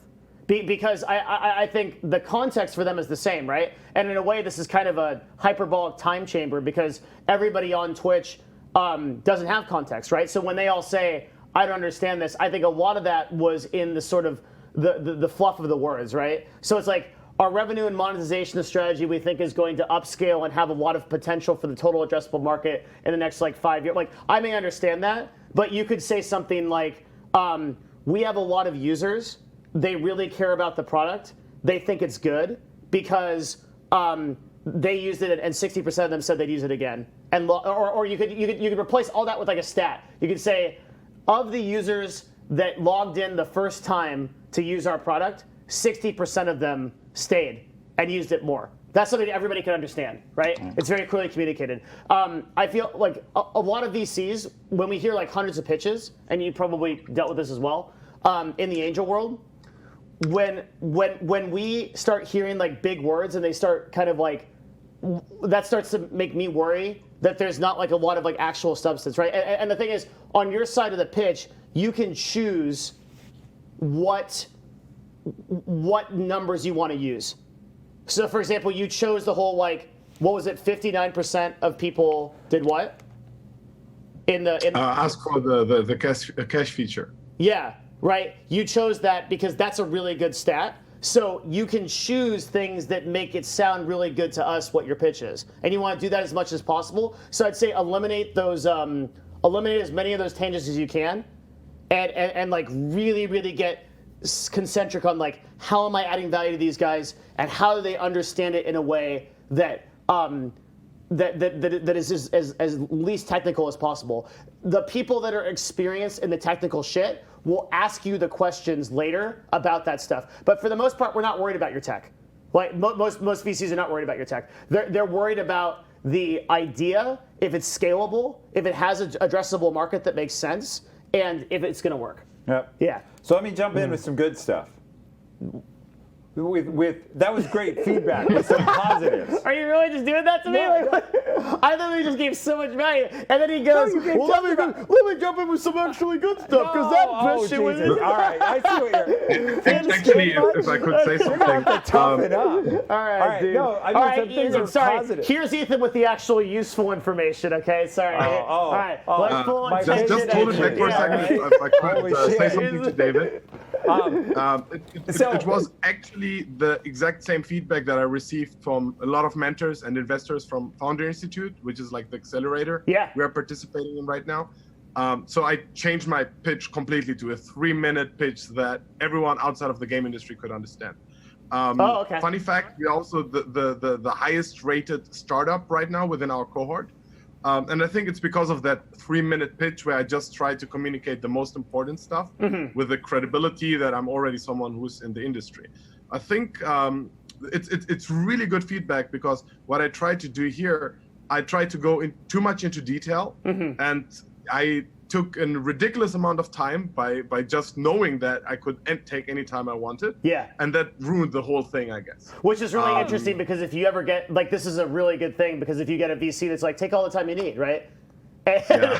now you know. Yeah, because I think that's super legit. Yeah, I know that I don't want to take all the time. I don't think you had to be 3 minutes, but you were probably like 20. So, you know, so when I said I want to give good feedback, what I meant is the positives. I know, just give me a shit. All right, fine. Screw you. So, first thing, great slides. Yes, they could be improved in different ways, but for everyone else who's wondering what good take it to a VC sort of standard expectation slides look like, those were a great example. I had no. We can tweak them. Like everyone will argue with you should have had this, and you shouldn't have this, and use this color. And I didn't go into your slides because I thought they were actually really good. But that will give people a good idea of what a VC deck looks like. Second, or a pitch deck internal to a company, a pitch deck for whatever your idea is at a nonprofit. It doesn't all have to be, I need $300,000. The other thing I thought you did really well is your final slide brings it home. It was a clear ask for what you wanted, and it had what we call use of proceeds, which is, if I give you this money, what the hell are you doing with it? And you spelled it out. I'm going to use it to, you hit some key elements. I'm going to use it to fund a company for this period of time through 2020 to hire staff, and what we're going to do is fund our beta. And so you had what's going to happen, what's going to get bought, how long it's going to last.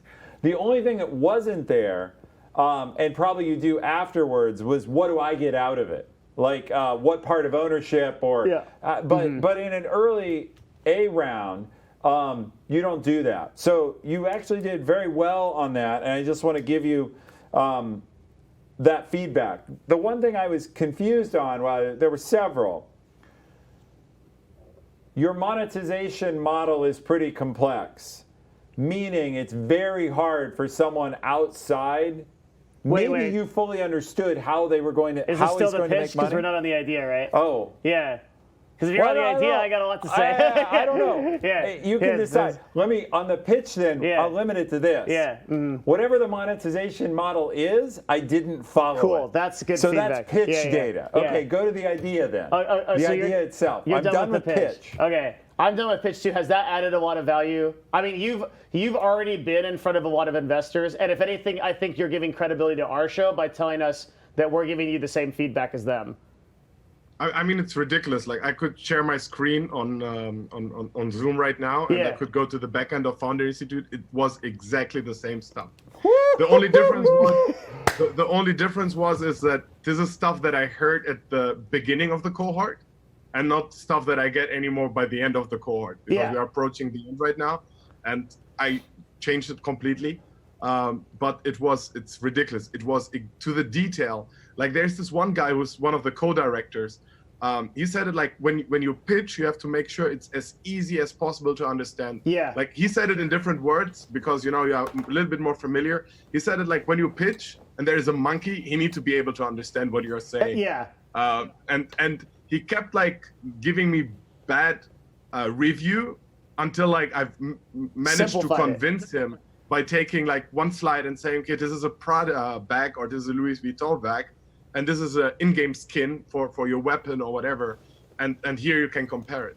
Again, this is stuff that I took out because I thought that I should like take way more time and go into detail. Horrible mistake. Sorry again for that. Thank you for your feedback. I completely agree with you. Like, there's a phrase like, many Bothans died for this information in Star Wars when they bring the spy information, and it's like, I'm so glad that all of the years of me being yelled at by VCs through CLG and Dignitas and the businesses that I've pitched through here and everything, that this is now good. This is reinforced as good feedback, because I have been in front of so many VCs and gotten the same advice and now can apply it across. So. Yeah, okay, so let's move on to the idea. Yeah. Okay, so the idea I have a lot of context into. I'm going to tell you right now the number one problem with every one of these things, because you're not the only person doing this, right? Like the number one problem, 2, 3, 4, and 5 problem is user acquisition. It is the unsolvable problem. How do I get users on this website? And for any tech product that you have, no matter what, you are going to have to address that to investors. So to your credit, you did, right? And you said you've got 2 things. So you have, you're going to partner with tournament platforms, right? And you're going to secure about $50,000 in Facebook and Instagram ads. We did secure that. Yeah, you have it. Yeah.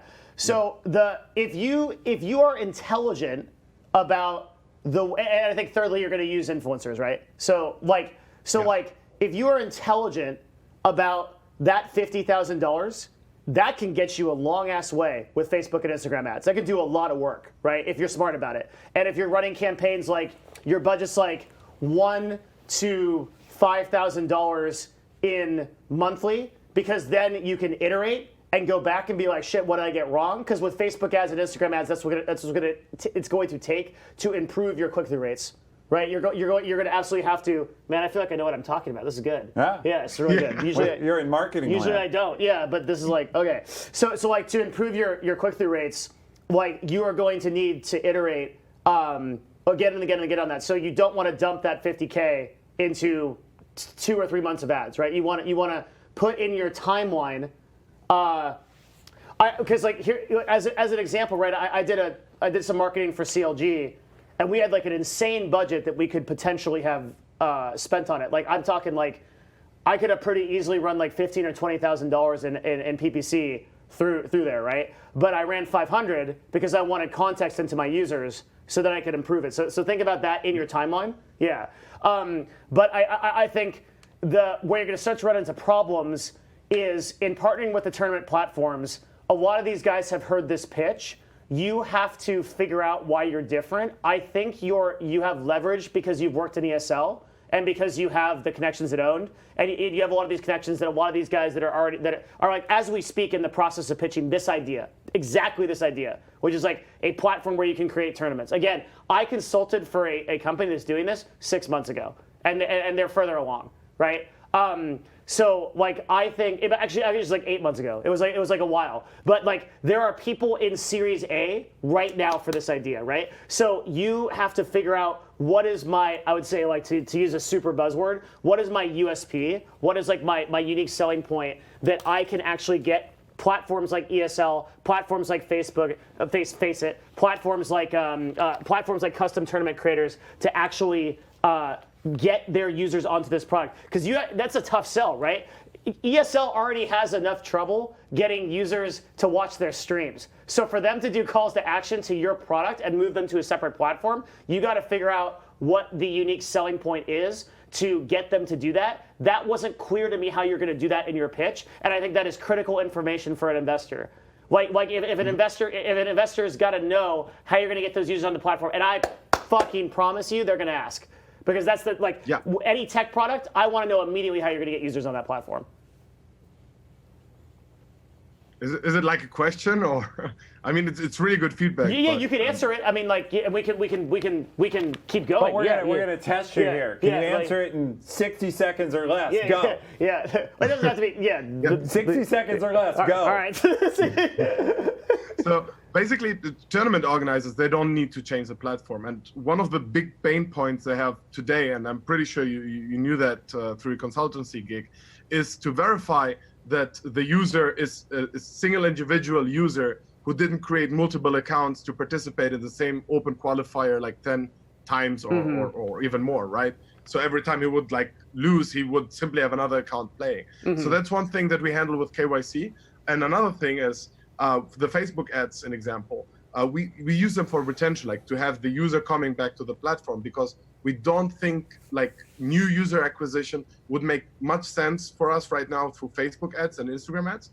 We think like if we have someone who's already playing Dota and streaming it on Twitch, if he just switches to playing Dota on games and brings his audience to play just against him or for the opportunity to play against him, that they will sign up. And we already have people in line to do that. As I'm talking right now, and I'm happy to share that as a follow-up, we just created like a partner landing page for people that specifically play Dota. Okay, hold on. Core focus. Yeah. Hold sorry, on. Okay. Go ahead. I already know this. So this is always the answer. So the answer is, okay, we're gonna get influencers to do it. Okay, you have to pay influencers to do that most of the time, right? Like they're not gonna do that for free. They're not gonna move you onto. They're not gonna move people on. They're not gonna move their audience onto a platform unless they think that the value that you're providing is okay. So chat. Also, by the way, your presentation was way too long, and I didn't a lot of people didn't understand it. But again, because I have the context, I can fill in. Chat. What he's talking about is he's saying that the way that he'll solve you. Listen to how I pitch this to them. Okay. All right. So the way that he is going to bring users on his website is he's going to get influencers to move them over by creating tournaments run by the influencers. Does everyone understand that? That's how he's going to do it. Okay, that was. Does everyone understand that in chat? Yes or no? Yes, I'm going to speak for them. They do. Okay, cool. All right, so there, see? Okay, so there you go. Okay, so that's how you pitch that. Okay, so now let me tell you why it's not going to work. Okay, so we always figure that influencers are like these entities that we can just like kind of grab and squeeze, and it's like, oh, look at all the juice we can get out of these people. Like, look at all these users that I can like. The reality is, first of all, if you even want to get in front of these influencers, right, that in of itself is a huge barrier because they can't even get up before 4 p.m. or check their email. And I know you've run into this and working in this for 3 years, right? But the influencers that you do get in front of are going to want some kind of compensation. Usually, maybe there are a few who have enough of a value add through your platform that they'll just do it, right? Especially if it gets them viewers in some way. But I would say be very careful to assume that your value add is great enough that you can convince an influencer to do a call to action for you for free. That is the number one mistake I see people who are creating third-party applications that apply to this world. That's the number one mistake they're making. I can't get into the specifics, but there was a specific company that I worked with, this is separate from this, that had that exact model. And they had a lot of money to spend, and they threw it all at influencers, and people didn't convert because there wasn't enough value on the side of the influencer and the side of the actual user after the tournament was over or the thing was over, right? So once it was over, the problem they had was actually retention. And if you look at one of the tech, I'm sorry, I'm like talking about, this is like my shit. Yeah, that's why I'm giving you your stage. Yeah. Sometimes it's my shit. One time they're gonna pitch, and it's true. Like one time they're gonna pitch like I have a drone idea. And then Ethan's gonna be like, whoa, but yeah. Hold my notes. I'm going in. Yeah, just takes off his shirt like he's got his 8-pack. What's going to happen? Like the problem is because you've been in it for 3 years, the value in your head is like, I'm fucking amazing. Like why wouldn't people use this, right? And when you start to get into practice with actual influencers who don't shower and don't wake up on time and don't answer emails for days and days and days, right? You're going to be like, oh shit. Like and I'm trying to stop you from that chasm, right? So I just provided you a lot of problems, and finally, like I'll wrap it up, like wrap it up, homie. Okay, like how do you actually solve that? You need to really think about the value proposition of your platform, and two things: not only how do we drive users to it, but once we have them there, how do we keep them there? And what is going to be those factors that do that? And that's the question that every tech company is asking themselves. I don't necessarily have an answer for you because, to be 100% honest, I didn't solve this problem for any of the people that I worked with. But you should take this problem disco serious. It is very, very hard to solve. Chat nailed this in a way, right? There's an existence proof of this problem, which is Apex Legends. Literally every website. But Apex is actually a super good game that is retained. It's in the top 10 games as it is, but they blew themselves up to number one by paying influencers. But then the retention wasn't there, so they fell back very far. And let's ask why it wasn't there. It really wasn't there because they didn't have content to keep people there. That's the real answer, right? So right. Apex had this initial base. The gameplay was great, and everybody like really enjoyed it. And then they're like, okay, what? And then, yeah, the value and then there was which no is equivalent for anyone. That's the value prop, the ongoing value prop. So in your case, you might get some influencers or pay some influencers to run a tournament, but then why are the users going to stay? So we've been around this, and your app is what it is, and you're going to have the success you are. But I do think everyone wants to buy influencers, and the result is there's only so many big ones. They're actually not that many who are big. I actually disagree with that because I think there's micro-influencing strategies you can use. But that's a lot harder. That's true. You can't hand manage a micro-influencer strategy very well. Granted. Right? Because he's one guy. He knows how to call the top 10 people or the top 20, but to call the top 1,000 is really hard. Anyway, we're down in tactics now. I love tactics, though. I mean, tactics I is know, what he needs. but He's been the- working on it for 3 years. Like, he needs to, yeah. Okay, fair. Yeah. But I totally apologize because I clearly sucked at this, but I really need to no, clarify. No. we're not. No, so the I first didn't get thing out is the evil the mask. influencers- You're doing fine. That's the influencers aren't running tournaments, so it's matchmaking. Basically, a pool where everyone jumps in and gets matched. Yep. Right. But it's not really a tournament. But the So the influencers benefit bring for their the user fans, why is your point. Can continue doing this is he clicks a button and then he will be matched to another user. It could be the influencer that brought him, but it could be also like a completely different user.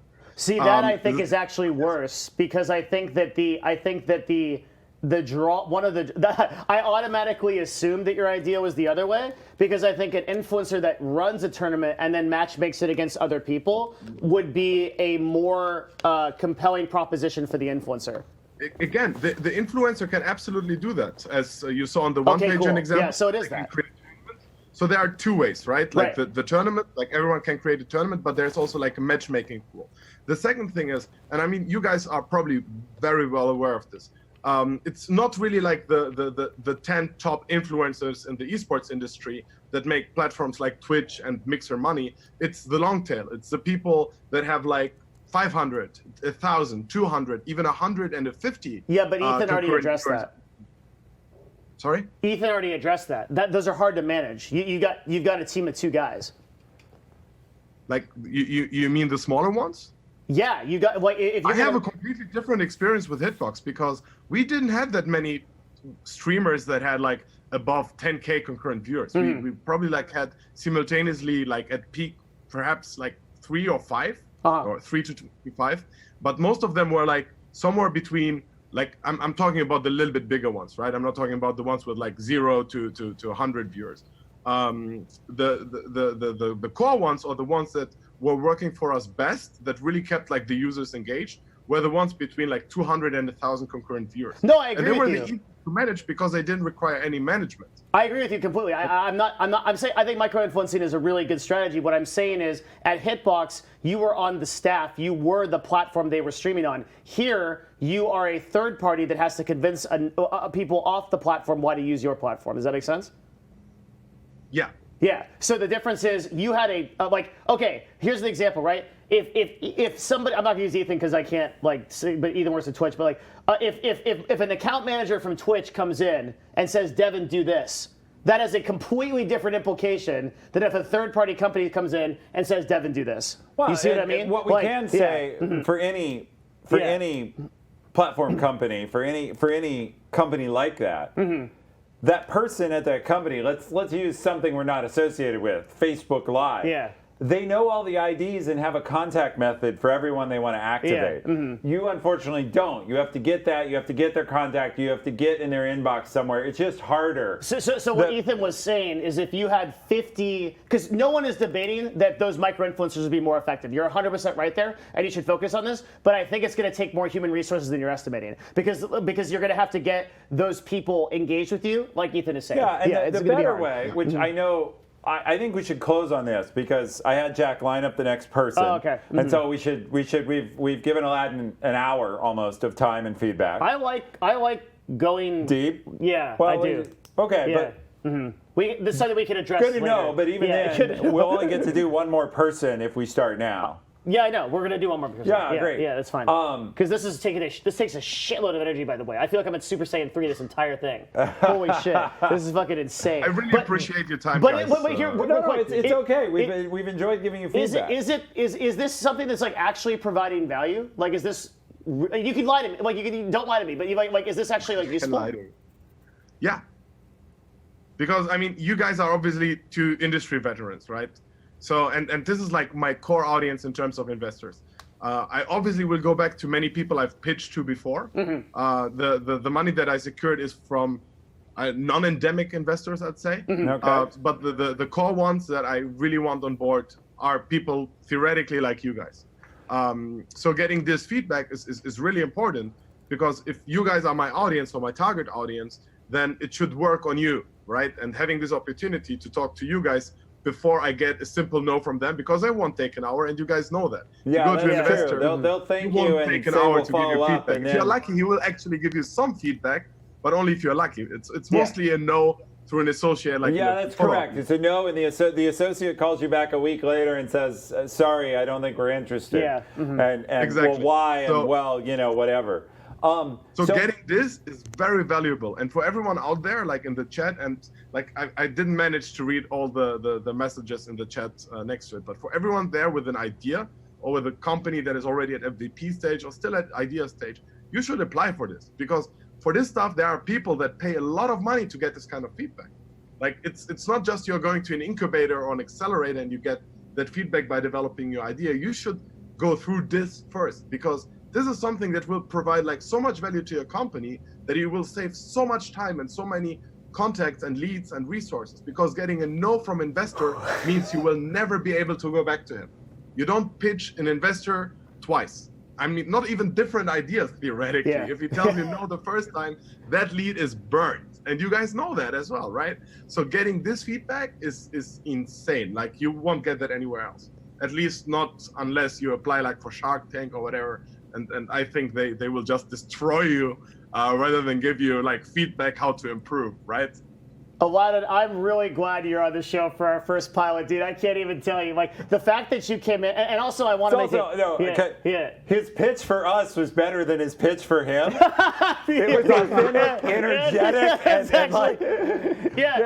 We literally want to use, like, we'll literally clip that and then use that for the pitch for the show. You did better than I did in front of the camera saying that dumbass shit that I said in the first part. Yeah, that was amazing. Well, that tells you something about yourself, though. Yeah. When you have too much going on in your head, when you were pitching us, you were like rolling your eyes up in your head and thinking really hard. It wasn't coming from a place of authenticity and energy. And there, you were just telling it like you believed it and no script. Yeah. But you were telling it heartfelt about how you got value and how you wanted other people to know it was valuable. And actually, you nailed it. So thank you. Thank you very much. Thank you so much. I'm like, just to make it clear how important this is or why my lack of energy is like coming from, I'm a parent and it's 4 a.m. in the morning in my time. Well, you did. This is how important this is. And tomorrow, like I have to wake up in like around 3 hours because my son will just kick me straight in the face. Oh my as soon God. As he wakes up. Well, you've been awesome. This is how important this I'm so actually grateful is that you. or was. I'm so grateful that you came on, and I encourage you, if you ever need anything, to send me an email directly. And obviously I can't promise anything, but I would be very happy to like talk more about this and see if I can help in any way. And I have one actual last piece of product feedback, which is just anything you can do to increase the user value, so that the users want to. So that you don't need influencers, so that the users want to spread it amongst themselves and retain. Retention is key, because all the user acquisition in the world, if you have too leaky of a bucket at the bottom, it falls out the bottom. So you need to really increase the stickiness of your app as much as you can. And I think if you do that, user acquisition matters, but matters less, because the users you get to keep, and then they tell others. So we're going to move on, but that's where I would focus if I were trying to build what you're describing, which is how do I make it really compelling to stay in? Because everybody has these great ideas that will get everybody to try it, and that's super hard. Whereas if you can keep people, right? Devin's favorite game, EVE Online, is not getting very many new players. We got 1 or 2 a day. Yeah, 1 or 2 a day. No, but the ones that they have are pretty hardcore. Like one of my best friends is playing that game and got like stick like glue, and that makes it a business, right? It makes it a business. So all right, cool. Dude, I'm so grateful you came on. I can't even tell you. Awesome. And thank you for literally props in chat. Thank you for coming on at 4 in the fucking morning and waiting to do this. Like, I really appreciate it. That's amazing. Yeah, it's insane, dude. And like, again, toss me an email sometime. Like, thank you so much, man. We have the greatest fans. Yeah. That's like people. I really appreciate you. Thank you so much. Yeah. Thank you. Really appreciate it. Bye. Goodbye. Cheers. So that was fantastic. Yeah. Yeah. Mm-hmm. And it's so hard, God, to come on and pitch things and have a deck and all of that. Like, well, the thing is, too, like, I think the feeling you get also, like, after going through something like that is like, holy shit, I suck. But, like, the level that dude is at already took so many years and years of actual like practice and focus to do. Good God, man. Like, he's so far along. I mean, I have no doubt that he'll get funding. So as soon as Devin gets back, we will switch over and bring on our next guest. We did, by the way, our apologies. We thought these would go a little faster, but it's more fun to do depth as Devin's really into it. So we have lied, unfortunately, misled, mispredicted. We had some hiccups, and we're not going to get to everyone we thought. And Zombies in chat, it's a business pitch. Chat, yeah, I'm not going to go into it. I'm going to let them pitch their idea, but it's a cool idea, in my opinion. And it's going to be a lot of fun to listen to, I think. So, Robin, give us your pitch. You're in command. This is your chance. Hit it. Oh, shit, I need You've gotten to see two people. Go for it. Yeah. So, hi, my name is Robin, and I'm here to pitch our game to you. With a game, we really want to bring Twitch chat integration to the next level by providing streamers and Twitch chatters their own engaging gameplay. So me and my team at Chainlink Studios are currently working on multiple projects, including a healthcare app for a local charity and our creature capture game, Blockchain. But those are all great products, but I'm super excited to pitch our latest product to you, which is Zombies in Chat. So this game will put the streamer in a first-person shooter horror game.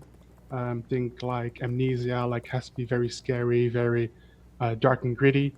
And the place is filled with zombies, and the zombies are the people in chat.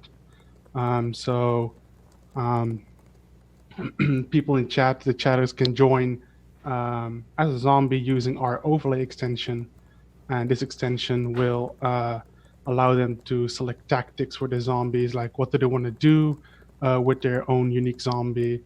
Do they want to make it run away when they see the streamer? Do they want to charge at the streamer? Do they want the zombie to hide from the streamer? They can select areas on the grid of the map, which will allow the zombie to move to a new area, or they can tell the zombie to look for food. Like, hey, look for some brains or whatever, to evolve the zombie in a unique way and make it really gain different perks, like be able to walk on walls or spit acid or become a fire zombie. Anything to really fit the playstyle of the person in chat, because we feel it's important to really make this not only a game for the streamer, but also for the people in chat that are able to control the zombie or a zombie. Think back to like the Nintendo DS era, where a friend of you would have had like Mario Party or Mario Kart, but you didn't, but you still had your Nintendo DS with you. So you were still able to play together on his cartridge. As a shy guy, we kind of want to bring that experience back by allowing you to kind of leech off of the game of the streamer. So we think our product will succeed because we analyzed the market of Twitch extensions and saw that there's a few problems, and we feel like we could really address that with our game. So a lot of games that use Twitch extensions, really, it's mostly fire and forget. You know, you type join or whatever, and suddenly you're a marble and you just roll around. There's not a lot of agency there, and we really feel like we can do it better. We also don't feel like lots of times the person in chat doesn't have a lot of input, because if you think back to the Twitch Plays Pokemon or Jackbox Party, you're only one vote of the I don't know how many people, so you feel like you don't really have an impact. And there's also the lottery thing where only one person gets to play with the streamer instead of, well, there's thousands of people, so they all want to join, but you have a very low chance. So the way how we address that with our game is the agency and fire and forget part will be addressed by really making you feel like it's your own zombie that you control, and by constantly forcing you to make decisions. Okay, what am I going to do? What is the streamer currently doing? How is my zombie going to react so he can kill the streamer? You know, am I going to level him up? Am I going to set a different tactic? You really need to constantly bring your zombie up to date. The lottery aspect will take care of that by having two pools. One pool is for people that join for the first time.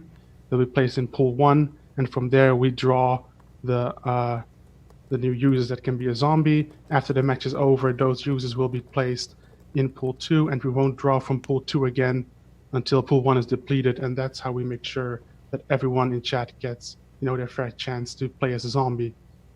And of course, you have the part where the streamer will say like, "Oh, you guys are always ghosting me. It's easier for you to kill me," or they might set a really long delay. So it's really unfair for the zombies to play against the streamer because they can't really stay up to date with what's going on in the game. So we tackle that by making sure the stream or the extension works as an overlay to block important parts of the streamer's objectives. Like, let's say the streamer needs to dig a tunnel. It'll be placed in the top right, and in the top right of the screen, the people that use the extension will just see, it'll be blocked out. And we will also, on the grid of that the extension will be using, you'll get a constant update on which sector the streamer is in. So even if the streamer says like, a 5-minute delay, you will still get your own constant update to at least be kind of aware, okay, what area of the map is the streamer in. So in terms of monetization, we want to just we want to make sure that the game is fun and monetize around the fun. So things like customization for the zombie. So people in chat want to make the zombie look very cool. Get like cool trails around the zombie, like bloody footprints or bats flying after it or rainbows, fun stuff like that. Give the zombies different sounds or just some different looks in terms of the streamer. We'll monetize that by making map skins, like making the map in a Christmas environment or a summer environment. Lots of different options there. And that's my pitch. Very excited, especially what Twitch chat thinks, because they're one of our main audiences. So we're very excited. All right, sweet. Cool. Very cool. Pitch first? Yeah, pitch first, absolutely. Maybe I missed it, though, before we go to the pitch. Robin, did you tell us anything in there in the beginning about yourself? Did he cover that or no? So I will give some critique. You missed that, but tell us a little bit about yourself first. Yeah, so I'm the game designer of the project. I work with like 8 other people on the project at Chain Game Studio. We're a small startup. We're just making some fun games like this. Okay, so you're part of an 8-person studio, so full time. You have other businesses, or you're starving to death, either one. But somehow you're a business together. Yes, some people work part time, like in their spare time, because we literally started a few months ago, and more as we're a cool group together. We like each other, so let's just start a company. Yeah. So we're not making, barely any money, but it's with mostly in our own time. Starting to death. I mean, I love that you made a realistic, non-fictional game, given that half of Twitch chat are already zombies. So I'm already like in on the idea. You know what I mean? And that's what we based it off. Yeah. So. Can I give a few pieces of pitch feedback first? First, as you heard, you need to introduce yourself and give a little context. Second, I would say is that the camera for Instagram? Okay, can you toss it this way? Because Instagram has to be, that way. Thank Am God. I supposed to look or not look? We're acting like we're on the show right now. Okay, Ignore we're that. acting like we're on the show. We're going to be Instagram famous. Get like 100. Yeah. Mm-hmm. Work it. Just wait. Okay, so the pitch. Yeah. All right, so on the pitch, your energy is pretty low, and so for better or for worse, unless you are an incredibly established inventor who can go in and like low key it, and people who are incredibly famous. We talk a lot, although he wouldn't do it. We mentioned Mark Cuban here a lot. I'm sure Mark Cuban can go in and do his pitch very offhand and like, hey, I'm just sharing what I'm going to need $1 billion for. But everybody else needs to come with a little more energy. And the reason is you've got to help your audience feel like you believe. Well, here's the thing. I think, to riff off that a little bit, I think at first you had everybody's buy-in. Like I think like you had my buy-in like right away, because I think you very clearly explained what the game actually is, and then as time went on, it got a little bit lower energy and a little bit more muddled. Yeah. Yeah. Mm-hmm. Which Yeah, I could tell that too. Mm-hmm. Yeah. Because I felt I was like running out of breath, but I was like, oh shit, I got to keep talking. And there's so and then much I kind of in lost this myself. that's like how fast, like by pacing, how quickly, and these are just like things you learn. This is why you're here, right? Yeah. It's the number of pitches you do, and I can't tell you, man. If you listen to me stream like 7 years ago, or even 5 years ago, or 2 years ago, the difference between then and now is actually insane, because you have to have a constant, conscious focus on how you're delivering things, your energy, your communication, everything. Yep. Yeah. And public speaking matters, but it's a skill you can practice. Yeah. It and can so be developed. That was part of my feedback. The other thing, and I think we've called this out with others, again, unless I missed it, there was no ask at the end. So. Mm-hmm. Yeah, that's because I literally have no idea. Okay, well that's honest. You're I learning, could you're pull it out of my doing ass, something. We can help with that. I would ask for resources, Right. or connections. So I think one thing that a very simple ask that is a genie that either of us could theoretically grant, right? Is, do you know anyone at Twitch that would be interested in hearing this pitch and helping me on the extension side? That's an email connection that we could make, right? Yeah. And that's a very high value add for you, right? Because you're a small studio, not doing much. So when I mean not doing much, I mean like you're not like running a AAA title, right? Where you've got like $50 million. Yeah. So like a connection like that with someone on the extension side might actually be beneficial. So there's an example of an ask. And then the other thing you could just ask is like, what do you think of the pitch? And like, can you help? Like, because that's what, like that could just, that could be the ask. Is like, I'm looking for feedback on this because I'm going to present this to investors. I'm going to do a Series A, whatever it be, right? Could be any number of those things. So those are some ideas. I agree with Ethan. When I, sorry, what? No, it's okay. fine. I agree with Ethan on I think the point for me. You very clearly explained in the beginning what this was, and as I felt like the longer that the presentation went on, the more questions I had. And here are some of the questions that I had, and we can get into this in the idea phase, but I'm saying this in the pitch phase because these are things that were not clear to me that I think are important to explain in the pitch.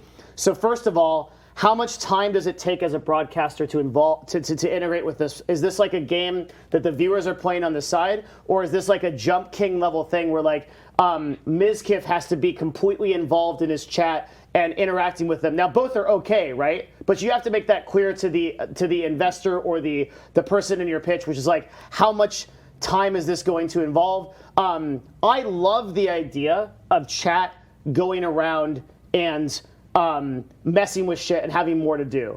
But I think in the pitch itself, it had to be more clearly communicated how much of an investment that is, both on the chatter side and on the streamer side.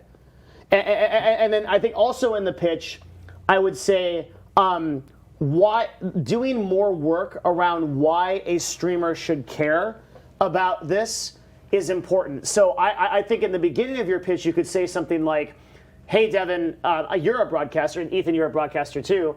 Like, you guys care about chat engagement. Totally. So this is something that if you want to engage your chat more and you want people to be on your stream longer, what if you could have a zombie that acts as a character that represents you in chat as an avatar, and they could come back to the stream and level this guy up. They could have him do things. They could have him. Go get resources, and he actually becomes this sort of avatar of you in the chat that people that you can attach to. Then I go, okay, this is going to get somebody to subscribe to me more, because they're going to come back. Like, basically, like, the selling point you're coming to me on is, I'm going to be more motivated to come. I'm going to have people that are more motivated to come back to my chat, not just because of my content. And that's great, right? The less work that I can do on my content, like, you want to sell Mizkif on an idea? Here's how you, or any big streamer, okay, I won't just dog on Mizkif if I do because he's my friend. But like Tyler or Trainwrecks, right? You want to dog on those people? Hey Jack, the door. We have a visitor at the door. If you want, thanks man. If you want to get Mizkif or Trainwrecks to work on this extension, and like, to be really clear, one of the big value adds you have is, like, if the Trainwrecks just installs this extension, you're pretty much done, right? That's enough. That's enough that's enough users and feedback that you're already done. The way you do that is you go, listen, Trainwrecks, I got it solved for you, dude. This content solves itself. You don't need to do anything, and he will run. Okay, fast sure as he he's can. gonna run. Hey, oh, he will. And be like, you don't have to actually make content. You can literally, yeah, like, dude, that's how. So I think that's got to come through in the pitch, right? It's like, this is why streamers should actually care about the product. Yeah. Yeah, I feel like I didn't in the pitch. I didn't properly convey most of it. Like, I just felt too much that I gotta rush through this. I gotta make sure I say everything. That's why And we're doing starting. so, we I love forgot the like fact half of Thank it. you. that people are getting a chance to practice. So that's fantastic. That is literally why we're here. That's the point. Yeah. Because everyone in chat, and you may not think, you may be watching and thinking, I never have to do this. In your life, you will have to sell something to someone. Yeah. You will be talking to a boss. You will be talking to we're doing mostly business ideas because it's like the pilot, and that's what people expect. But like, hopefully later we get people that come on and ask us for a raise. We get people that come and ask us for a promotion, right? Because these techniques you will need to have. You will be selling. Not all. You can't be in your basement your entire life. Eventually, you must creak up like. You have to crawl up. You have to reach for the door. Come through. The light, it burns, and you have to know these things. So we're helping. We're helping. Yeah. So everyone in chat, Robin is you. He's just on screen, and you need to learn. He's just braver than you. Yeah, he's just braver than you with an idea. Yeah. So I don't want to go into the idea yet, unless you're ready. No, we're still pitching. We're still on the pitch. So, I'm ready to go to the idea because this is my world, right? This is your shit. Extensions is my thing, right? So I'm like, this is what Ethan's like. let me talk about the idea. He's gonna rip his shirt off. It's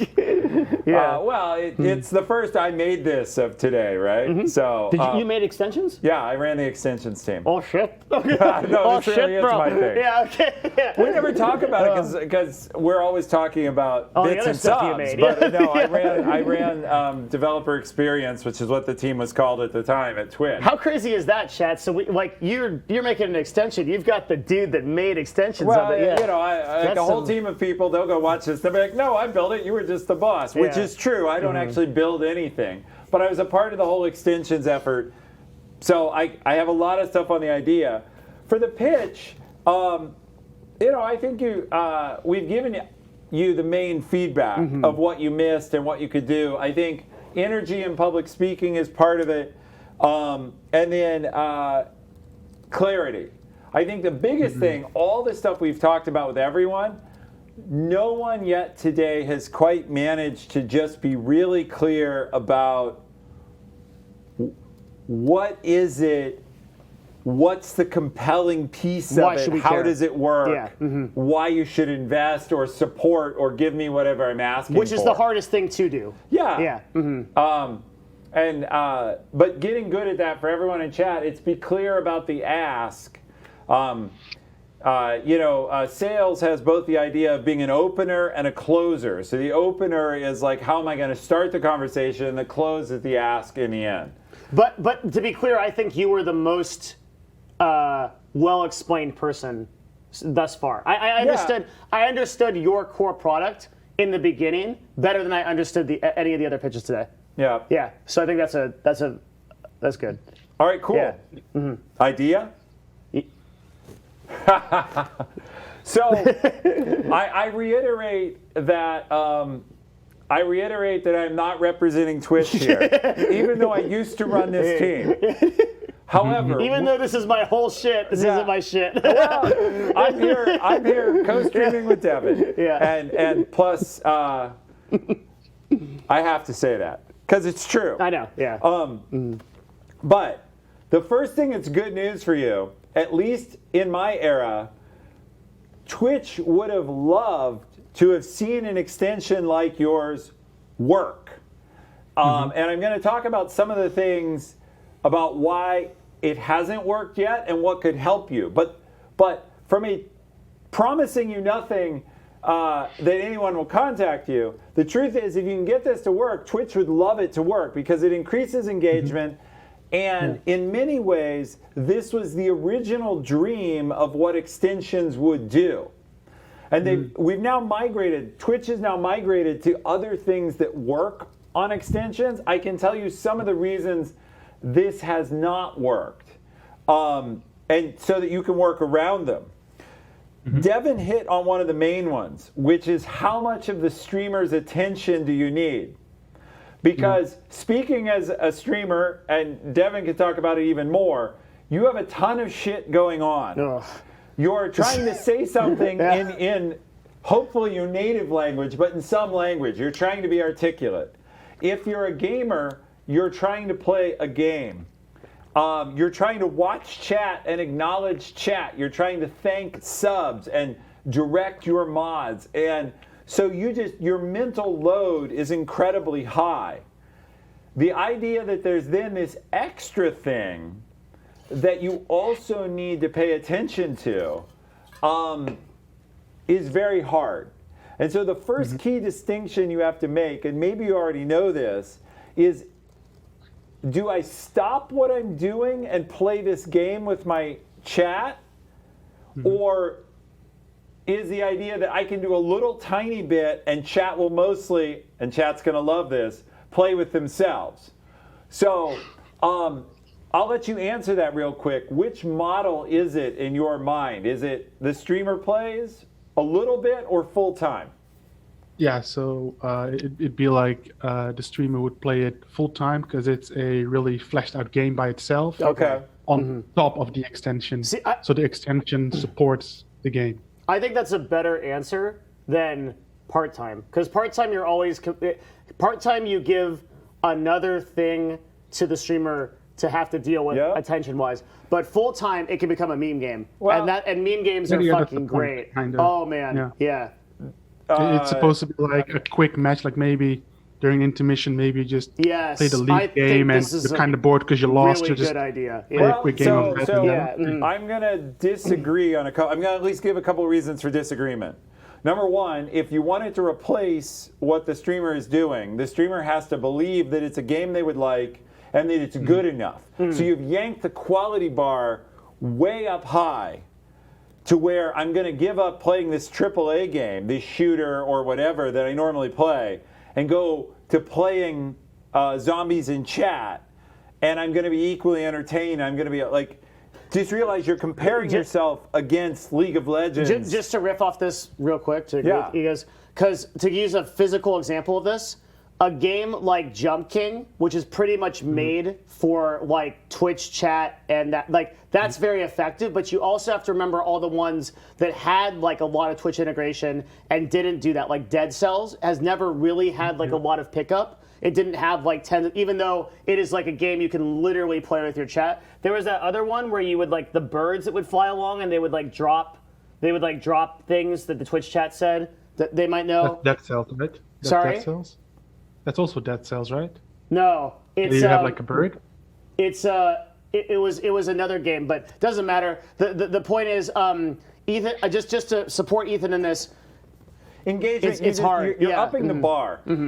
Conversely, sure. if you But think that's of a our job. different design, if you're thinking, if you come up with a different design where the streamer, and I know you don't agree with this, but where the streamer can do a little bit, and then chat is excited to play anyway, that can work well in that if it really engages chat. And so, for example, in this game, I can't redesign your game, but if the streamer can choose one of their big supporters or one of their common always present fans who's in chat and say, I'm giving you my crown, you're going to play me for the next match, and then I go back to what I'm doing, but someone is acting on their behalf, or basically some way the streamer can appear to be involved but then ignore it. Exactly. Like the streamer is a big boss and everybody's attacking them,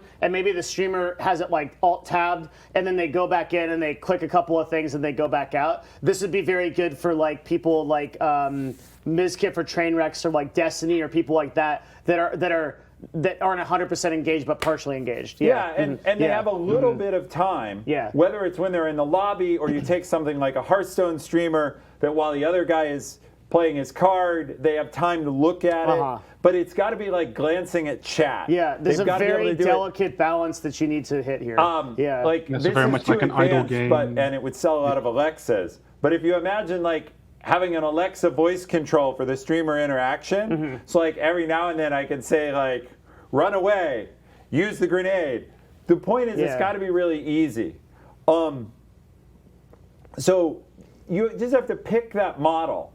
Now look, you can get streamers to play a game with their chat if it's really engaging. Things like Jackbox games, right? And the You Don't Know Jack, you can get people to switch over and play a casual game with their fans. But the problem with those, they don't tend to last. They'll play it a few times, but then they move on.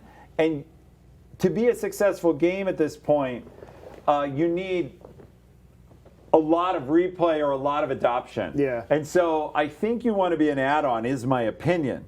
Dude. Follow you. Well, no, you're free. Let me be clear. Unless I have missed it, and since I've been out of that team a year, I may no longer be familiar with something that succeeded. But an independent game as an extension is not broken through yet. Instead, what works as extensions right now are, of course, things like the Prime extension, because it lets the streamer get something and it lets fans see what they get in their Prime, their Twitch Prime. But other than that, it's extensions that give you metadata about the game. So Deck Master and all the other stuff that basically make a game better, or that let the fans engage directly with the game. So let them change drops or mess with the game. Jesus, that's a really good idea in chat. This is like the little bit of a, but you can think about how to incorporate this into what you're the doing. tower defense A idea. tower I don't defense have game chat would be open much now. better. Streamer can set up their defense line, and chat can attack with their own customized units. So you make each zombie maybe attack an objective, for example. So you go with the exact same plan you have right now, but they all attack an objective, and the streamer sets up the defenses, and the chat messes with it. So that becomes a that's version. Fucking crazy good. That is a good idea. That becomes a version of Twitch Plays Pokemon. Yeah. Right, because chat's all working together towards an objective. You let the streamer set up their defenses, and then something about the chat mechanic over time, and maybe it's how they support or subs or bits usage, that's the monetization, but it allows the streamer keep it interesting by making over time their base can get better. So every time- Exactly. Yes. So the streamer's interested because they're upgrading their units and everything like that. But they can do that like once, and so like when they're in a lobby or whatever, they can take a few minutes and upgrade their base. Yeah. And then it's like, if you beat me, great. Whether I win or lose, it's something for the streamer to come back to, and like chat is super motivated. And somebody also here says it's really smart. Actually, this is super smart. See, this is why chat matters. They're going to make your idea so much better. G-Roz nailed it. Make it so channel points are usable. Yeah. A lot of streamers are wondering, what should I set up for channel points? I have them set up to like 20 million. And if you had someplace for people to spend their channel points on units in your game, go ahead. You obviously want to talk. Yeah, we actually thought about something similar to that, but I wasn't all too familiar with channel points. Like, I don't even know what to do now. But someone else on my team actually suggested that, but because I didn't know or barely anything about it, I didn't mention Fuck it. channel points. Gift subs. If you gift 10 subs, then you get a super zombie or whatever. We thought Bits' about ammo would be right. We thought about Bits' using consumable bits. ammo would be great. Well, we thought about using bits as like, if you donate to a streamer using bits, you get an X amount of coins in game that you can then use on customization. Yeah. Dude, you could even have like the streamer's base be like plant themed, and then you could call it Plants vs Zombies. Oh, really? Unique IP idea by me. Can't steal that. So you mean like someone's a plant, like they're not a real person and they've been planted in the audience? Is that? I was stealing the Plants vs Zombies idea from that's like one of the most popular mobile games. Yeah. Are you seriously explaining this to me? Yes. Okay, Yeah. great. I don't know how old you are. I was trying to get you out of IP jail where you get seen. Yeah, exactly. Yeah. Like I hear EA knocking on the front door at the moment. Yeah. But no, seriously, tower defense, something like that. Yeah. Damage is okay, boomer. That's exactly what you did. Hello, Crimson Viper. I did know. Yeah. Holy shit. Ethan literally doesn't know Plants vs Zombies. Yeah. Chat. Okay. Who's the I'll lawnmower? be sure to read back over chat again after or tomorrow after this is done. Totally. Because I don't have chat open at all now. But I'm too scared no, about the your feedback. idea, But, you know. though, has potential. The thing I would say is you're probably, let me guess, are you already building this? Yeah. And how much time have you spent building it? A few months. Okay. Yeah. And how many streamers of different sizes have you talked to about it? 0. Devin, I hand you the floor for that one. I set Oh, it up. now you two. nodded down. Yeah, the two of us is two. Yeah. Well, I mean, he just did it. Like, that was everything. Yeah. So you could have just mic dropped there. That's when you mic dropped. I kind of did. I just dropped it in your lap. Yeah, but I don't have anything to say, so you just fucked me over because I don't have it. Like, I can't do better than that. All right. So obviously, you got to talk to customers, potential customers, and try and figure out what would they use. And so for everyone in stream watching, when you have an idea, if you can test it on paper or by talking to someone, way better. And so, and by the way, you might think, oh my God, it's super hard to talk to streamers about this or relevant streamers, but it's not. You start by going into small or medium streamers and okay, it might cost you $5 because you drop a sub and then you start asking them questions. You might not even have to do that. And you're just like, hey, would you use something like this? Or you can talk to their chat. I did a thing on an alternate account one time where we were asking small streamers how they get discovered. Does anybody remember this? And we were, Hephaestus says, do not waste developer hours building anything before talking to potential customers. Yeah, that was my main point, right? And this is somebody in chat. No matter what you're going to do, you don't have to be a software developer. Any business you're going to start, if you haven't talked to a certain amount of potential customers first, you're fucked. Yeah, it's I'm going to tell you like how easy this is because we actually did this. So I went through about I think it was 200 smaller streamers. So around the like 15 viewer to 50 viewer range. And I was asking them a totally separate thing. So this was just on an account that wasn't my partner account. Right? That's important because if I said I did it on Devin Nash, then obviously people would be like, okay, yeah, hey. I did it on just an alternate account that nobody knew. And I asked them questions about how they got discovered on the platform. And I didn't sound like a bot. I wasn't like, hello, fellow human. How are you getting discovered on the platform? Asking for, a totally, like I asked in like a really, I'm asking for, this is like a very, the way that I did it was like, I was like, hey, like, I'm doing like a research study and I want to figure out like how people get discovered, like how do viewers actually find your stream? And I did this 200 times. I had like over an 80% like positive response rate. So yeah, it was surprising. Like pretty much if you're a 15 to 50 viewer streamer, you are desperate for chat interaction. So like if you go in there and you like you might fuck it up a couple of times, but like I think Twitch has Twitch like you can get through like 50 bans in a chat in separate chats before Twitch actually figures out that you're like a spam bot or something. Don't ask me how I know that.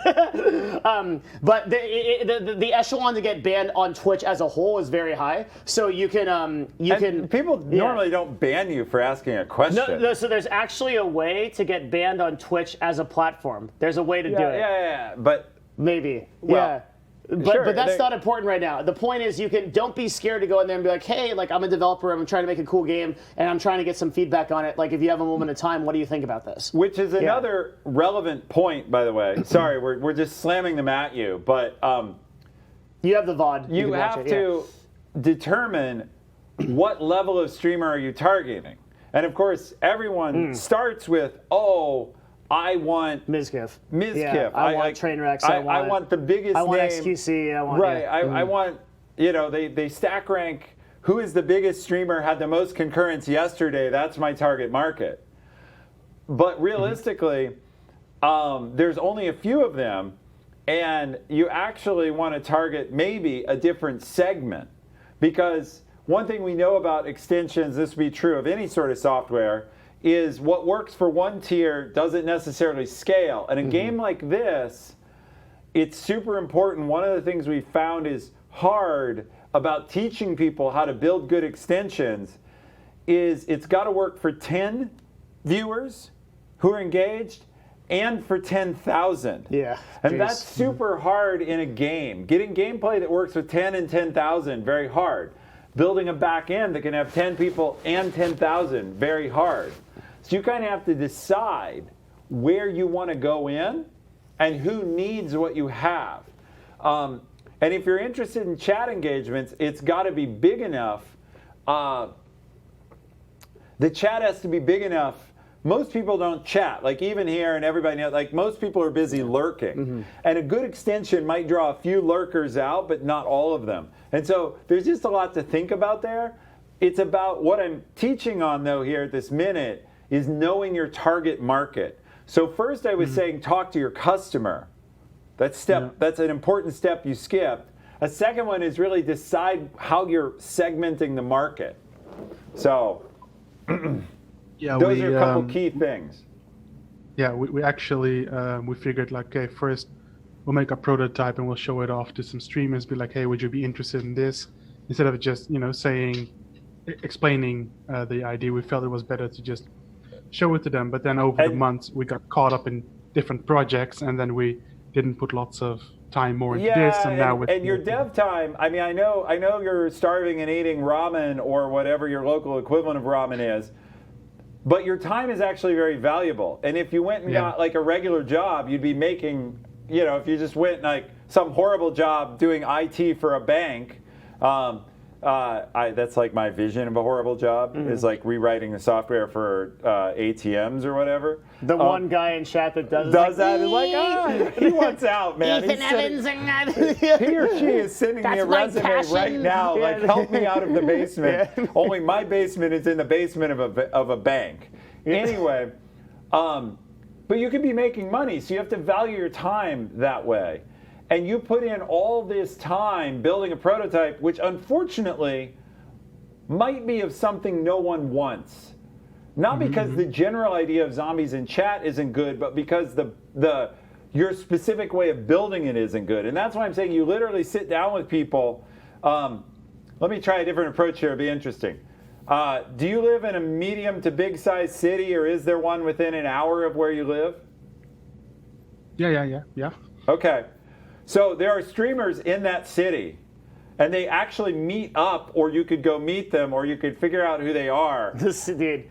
And you can go do a paper prototype, like draw shit with In them. Seattle, they're always emailing me from this place called the Seattle Broadcasters Association. Yeah, which where is like there's and they're always like, dude, you want to come do this? And I'm like, no.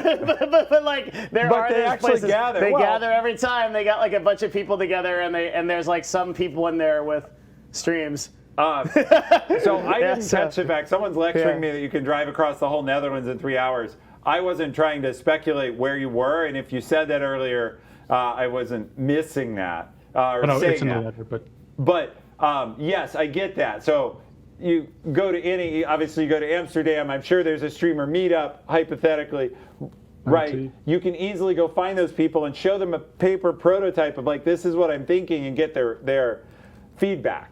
So the point is, testing on paper by going to one of these meetups and taking an evening is way cheaper than 3 months of your time. Developers and Definitely. mini inventors, they want to build it first because it's in their head and they think it's brilliant, and they know how to develop and they don't know how to ask questions and feel good about that. So they go to what they know and they pour their life into building it before they know if anybody else but them really wants it. And by the way, you're not alone. Just so you know, Emmett Shear tells this story publicly. Emmett founded Twitch.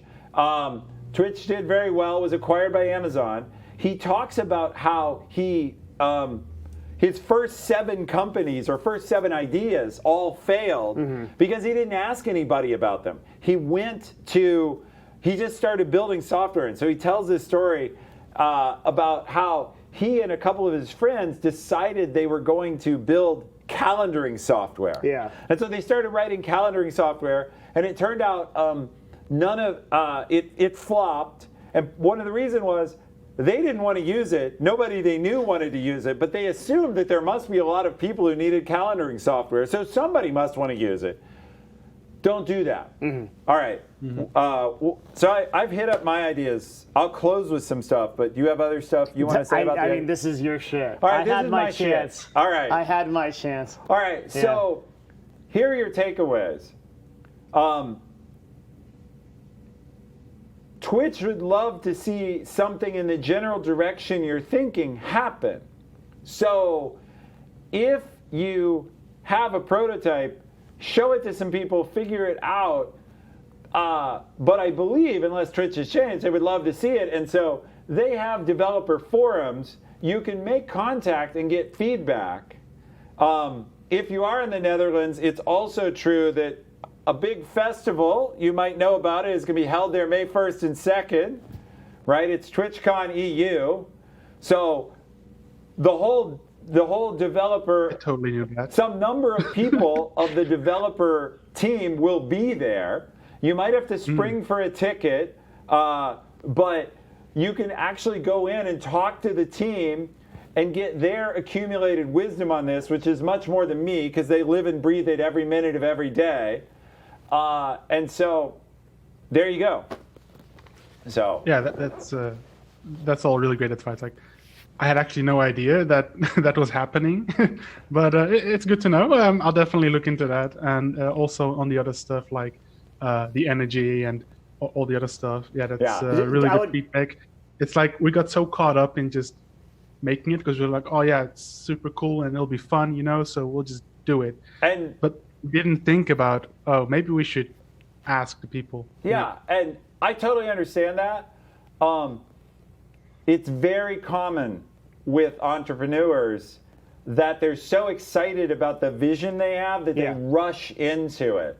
And that energy is super valuable, but you're going to get to spend all that energy later when things get hard.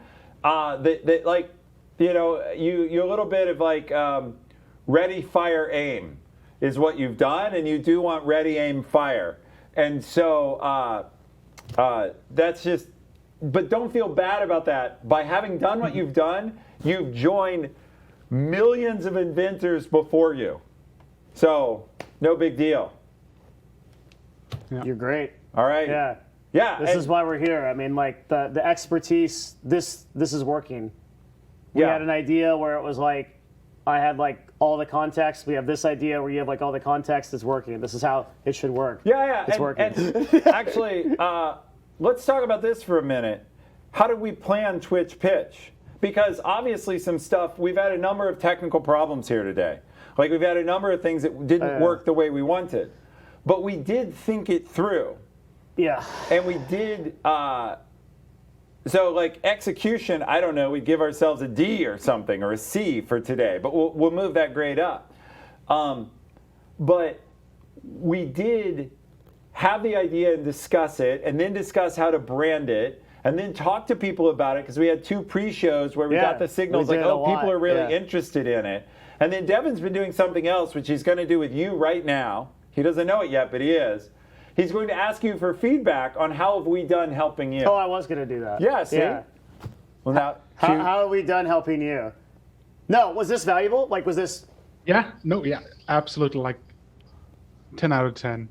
Shit. No, but it's really good. Like the stuff that I said earlier, it's also nice to just have someone else that's not involved, like look over your shoulder and be like, hey dude, this is what you're doing wrong, or because everyone that I'm working with is already in it, so it's nice to have someone from the outside. Fantastic. I definitely encourage you to go back through the VOD, get all the opinions from chat. There was a lot of valuable stuff there. I'm gonna read all the chat. Yeah. It wasn't bad. Actually, a lot of people liked you. Oh, well. Yeah. That's More nice. people liked you than did not like you, and that's very hard to do. That's always good. Yeah. I think give yourself some credit. Like, you came on the show. It takes a lot of effort. You've been working on this for 3 months. You have a good idea, and I think you could take it somewhere. Yeah, and chat does love it, Yeah. and people would like to play it. Literally everyone is saying right now that they really like you. Like, and that's not they don't like, dude. I'm the person that runs the stream, and they never tell me that. So you're doing great. They hate being here, and they're literally on my stream. So, dude, we're proud of you. Like, we're glad you came. Yeah. Thank you so much. And we want to say thanks to all the guests we've had today.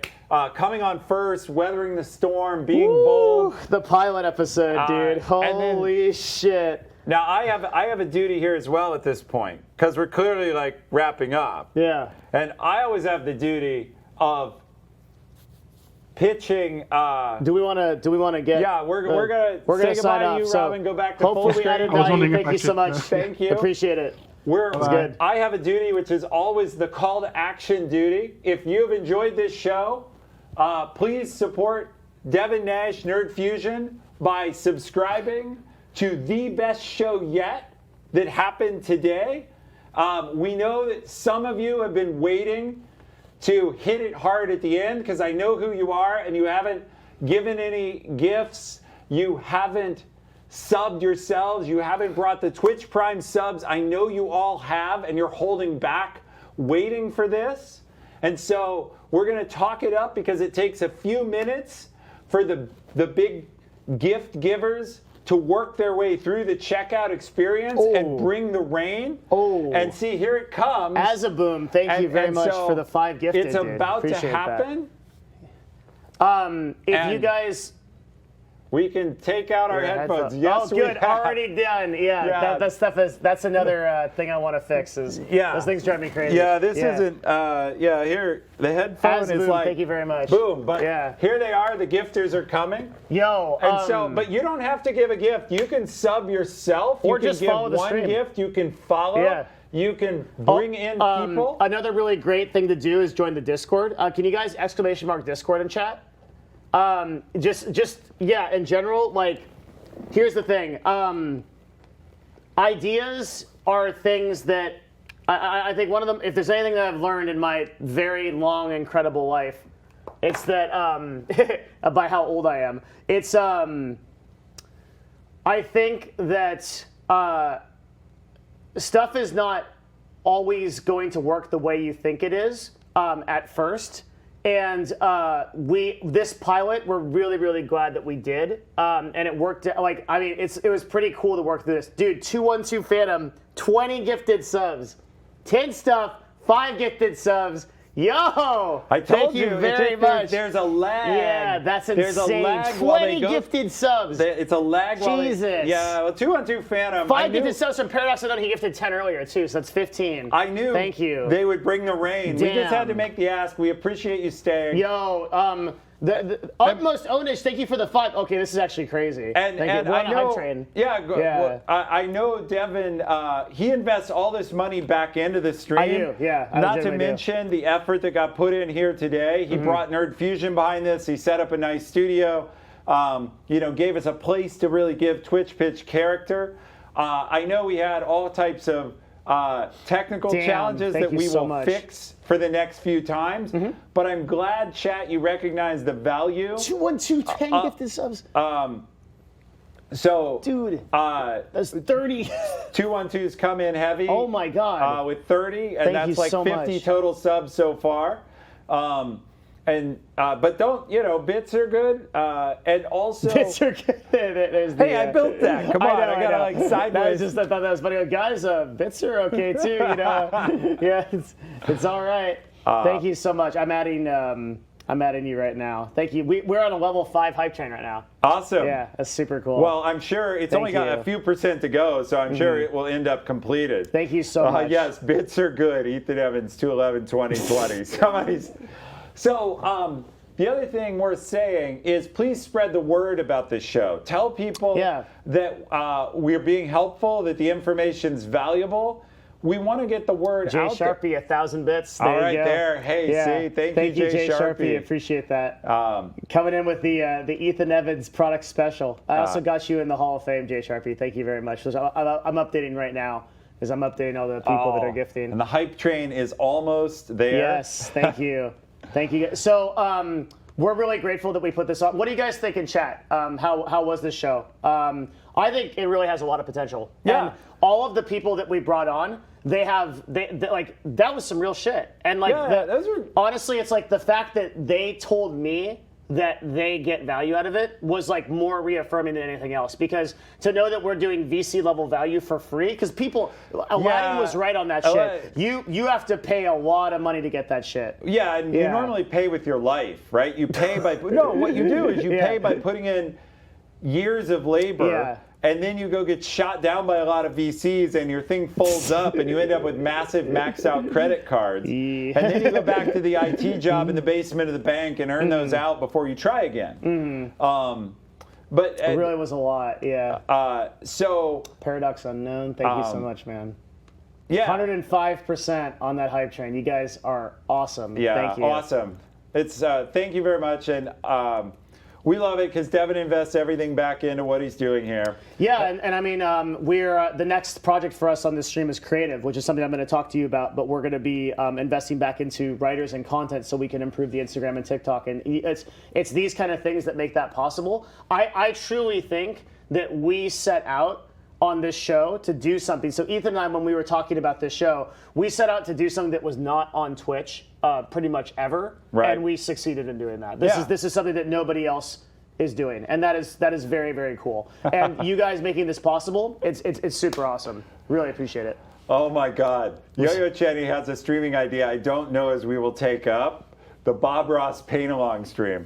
I feel like that's been done before. By Bob Azaboom, Ross. thank you. Exactly. By Bob Ross, among others. Azaboom, thank you for the 5 gifted, man. Thank you so much, guys, for making this a reality. Like, yeah, dude, like this is why I started this channel, right? It's like I want to bring stuff to Twitch that isn't there. Yeah, and we think we're doing that. Yeah, and the fact that you guys want to support it by being here, and like, look, like we just got a lot of subs and we got a lot of gifts and a lot of bits. The fact that you want to follow the stream, that you want to be on, like, by our Discord is our core community. So if you like this kind of stuff, I just linked the Discord and chat. Please go there and come hang out with us. I talk there literally more than anyone on the server, so I'm like the #1 person. So if you want to talk to me, ask me questions. Ethan has his own channel there. Yeah. And there's and also we also announce all of Ethan's shows except the one that I missed last time because I was literally asleep. I'm sorry. That's all right. But we announce all of Ethan's shows there too because Ethan has his own channel. !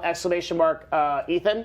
Is, and his my channel's just Ethan Evans, but exclamation point Ethan. High-powered curated shows. I do 1 to 2 broadcasts a week. My next show will be Thursday at 6 p.m. where I'm going to be talking about something fans have requested, which is time management tips. Oh, I will 100% be there for that. That's really cool.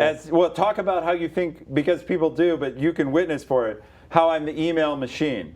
It's actually insane. So I guess like the best example of this would be like when I was first getting to know Ethan, and by the way, I'm on the computer because I'm focusing on like getting everybody. I think I got everybody. Everybody You're on the putting Hall everybody of Fame. in the Hall of Fame. Yeah, so thank you for all the support. But like, Jesus Christ, man, the first time I started to get to know Ethan, first of all, you're super spooked of knowing like an executive like God form entity thing. But like, I would send him emails, and I'd be like, this guy is never gonna get back to me because he's how many emails do you get a day? At my peak, about 300. Yeah, so 300 emails a day. It's like 4 minutes. It's like I would send an email and I'd be like, hey man, like get back to me when you can. And it was like 4 minutes, and it's like substance. Like I don't know how he does it because I spend a lot of time with Ethan, and it's like you're answering emails like you've got like an Amazon chip in your head where like he spaces out for a second. He's like, oh sorry, I was answering 50 emails. Like I don't know how you do it, but it's so freaking crazy how fast he responds to things. Way faster than me. I have 200 emails right now, and I don't ever answer them. I answered 150 last week, and that was so many. A lot. So, it's a lot. Well, it's interesting. He swallows frogs I look happy. I like being productive, right? And that's something I'm good at. And so time management, I don't have all the secrets, but I've been working on it for 25 years, and so I have gotten efficient in some ways. Redbeard, thank you for the 1,000 bits, dude. Appreciate you. And I'm going to try and share that on Thursday at That'll 6. Be so useful. 6 Pacific. Yeah. We're always in Pacific time, but somebody was chiding us about time zones. Ethan, you need to teach us how to make quick decisions and be productive. I can do that too, but that's going to take a little while. So we're going to do time management Thursday at 6. And then are we going to announce later, or what's our next show? Do you want to talk about? I think we got to figure it out because I'm not sure. Okay. I don't even know. I think we might be doing the finance thing. Well, we talked about finance. We've talked about how to write.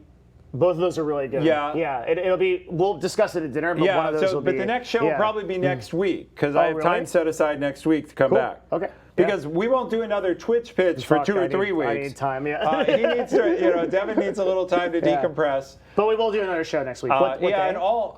What? What day? Stand by. Because I have. Hopefully, I don't have something scheduled. Oh man, I sent you these dates, and you were like, I don't know. So I tried. We'll see. As long as it's not Tuesday, I think I can do it. Might be. No, it's not Tuesday. Pog. How about Wednesday, the 19th? Yeah, we totally do that. 100%. Wednesday, the 19th. That's the best day. Yeah. There you go. The problem. Oh wait, I have D&D though. Yeah, you can go.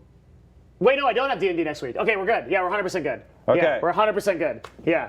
All right. Sweet. Yeah. So next Wednesday. Next Wednesday we can do. And then people are asking. My YouTube is Ethan Evans VP. So everything I've done is out there, including all my past. How to solve this. How to solve that. Where some of that was things people in chat were just asking about, like how to. Devin and I did a show about how to make good decisions on the book Decisive. Yeah. Which is an awesome book. Garcia, thank you. T Alarm, thank you very much for 200 bits. Garcia, thank you very much. 100 bits from T Alarm. Also, we have more stuff going on too. Hello. We have more stuff going on as well. What does that mean? That means she's giving us a hook. Right. It's dinner time. Okay, we gotta leave, but we're getting the summons. The rest of my week. Moon has unfortunately canceled on us because of a real life thing. So tomorrow, Wednesday stream, we're not doing Moon. He'll be back next week. Sorry about that. He's a busy dude. So we're going to have like a regular show tomorrow, or I'll figure something out. I haven't thought about it yet, but he's not going to be on. I'll announce that on Discord in a little bit. Thursday, though, we do have Agent 00. And that's going to be a really awesome show. So, and then there's Deathsea's coming back on Tuesday. Ethan's coming on Wednesday, and Thursday I have an unannounced guest. So that's what I'm doing. Go to the Discord, !Discord, to go check that out. Yes, we are done. We are leaving. This will be a VOD. This will be on YouTube. It'll be everywhere. My friends, thank you very much for being here. Thank you for coming to our best show yet. This has been super fun. Yeah. Thank you. It was really good. Thank you so much, guys. Also, special shout out to Jack in the studio room for literally going insane on this show because he had a lot to do. And he's been here, and normally his hours are 9 to 5, and it is currently 8. So special shout out to Jack. All right, that's it. We're done. All right. Goodbye. Jack. Love you all. We're done. Be good to yourselves.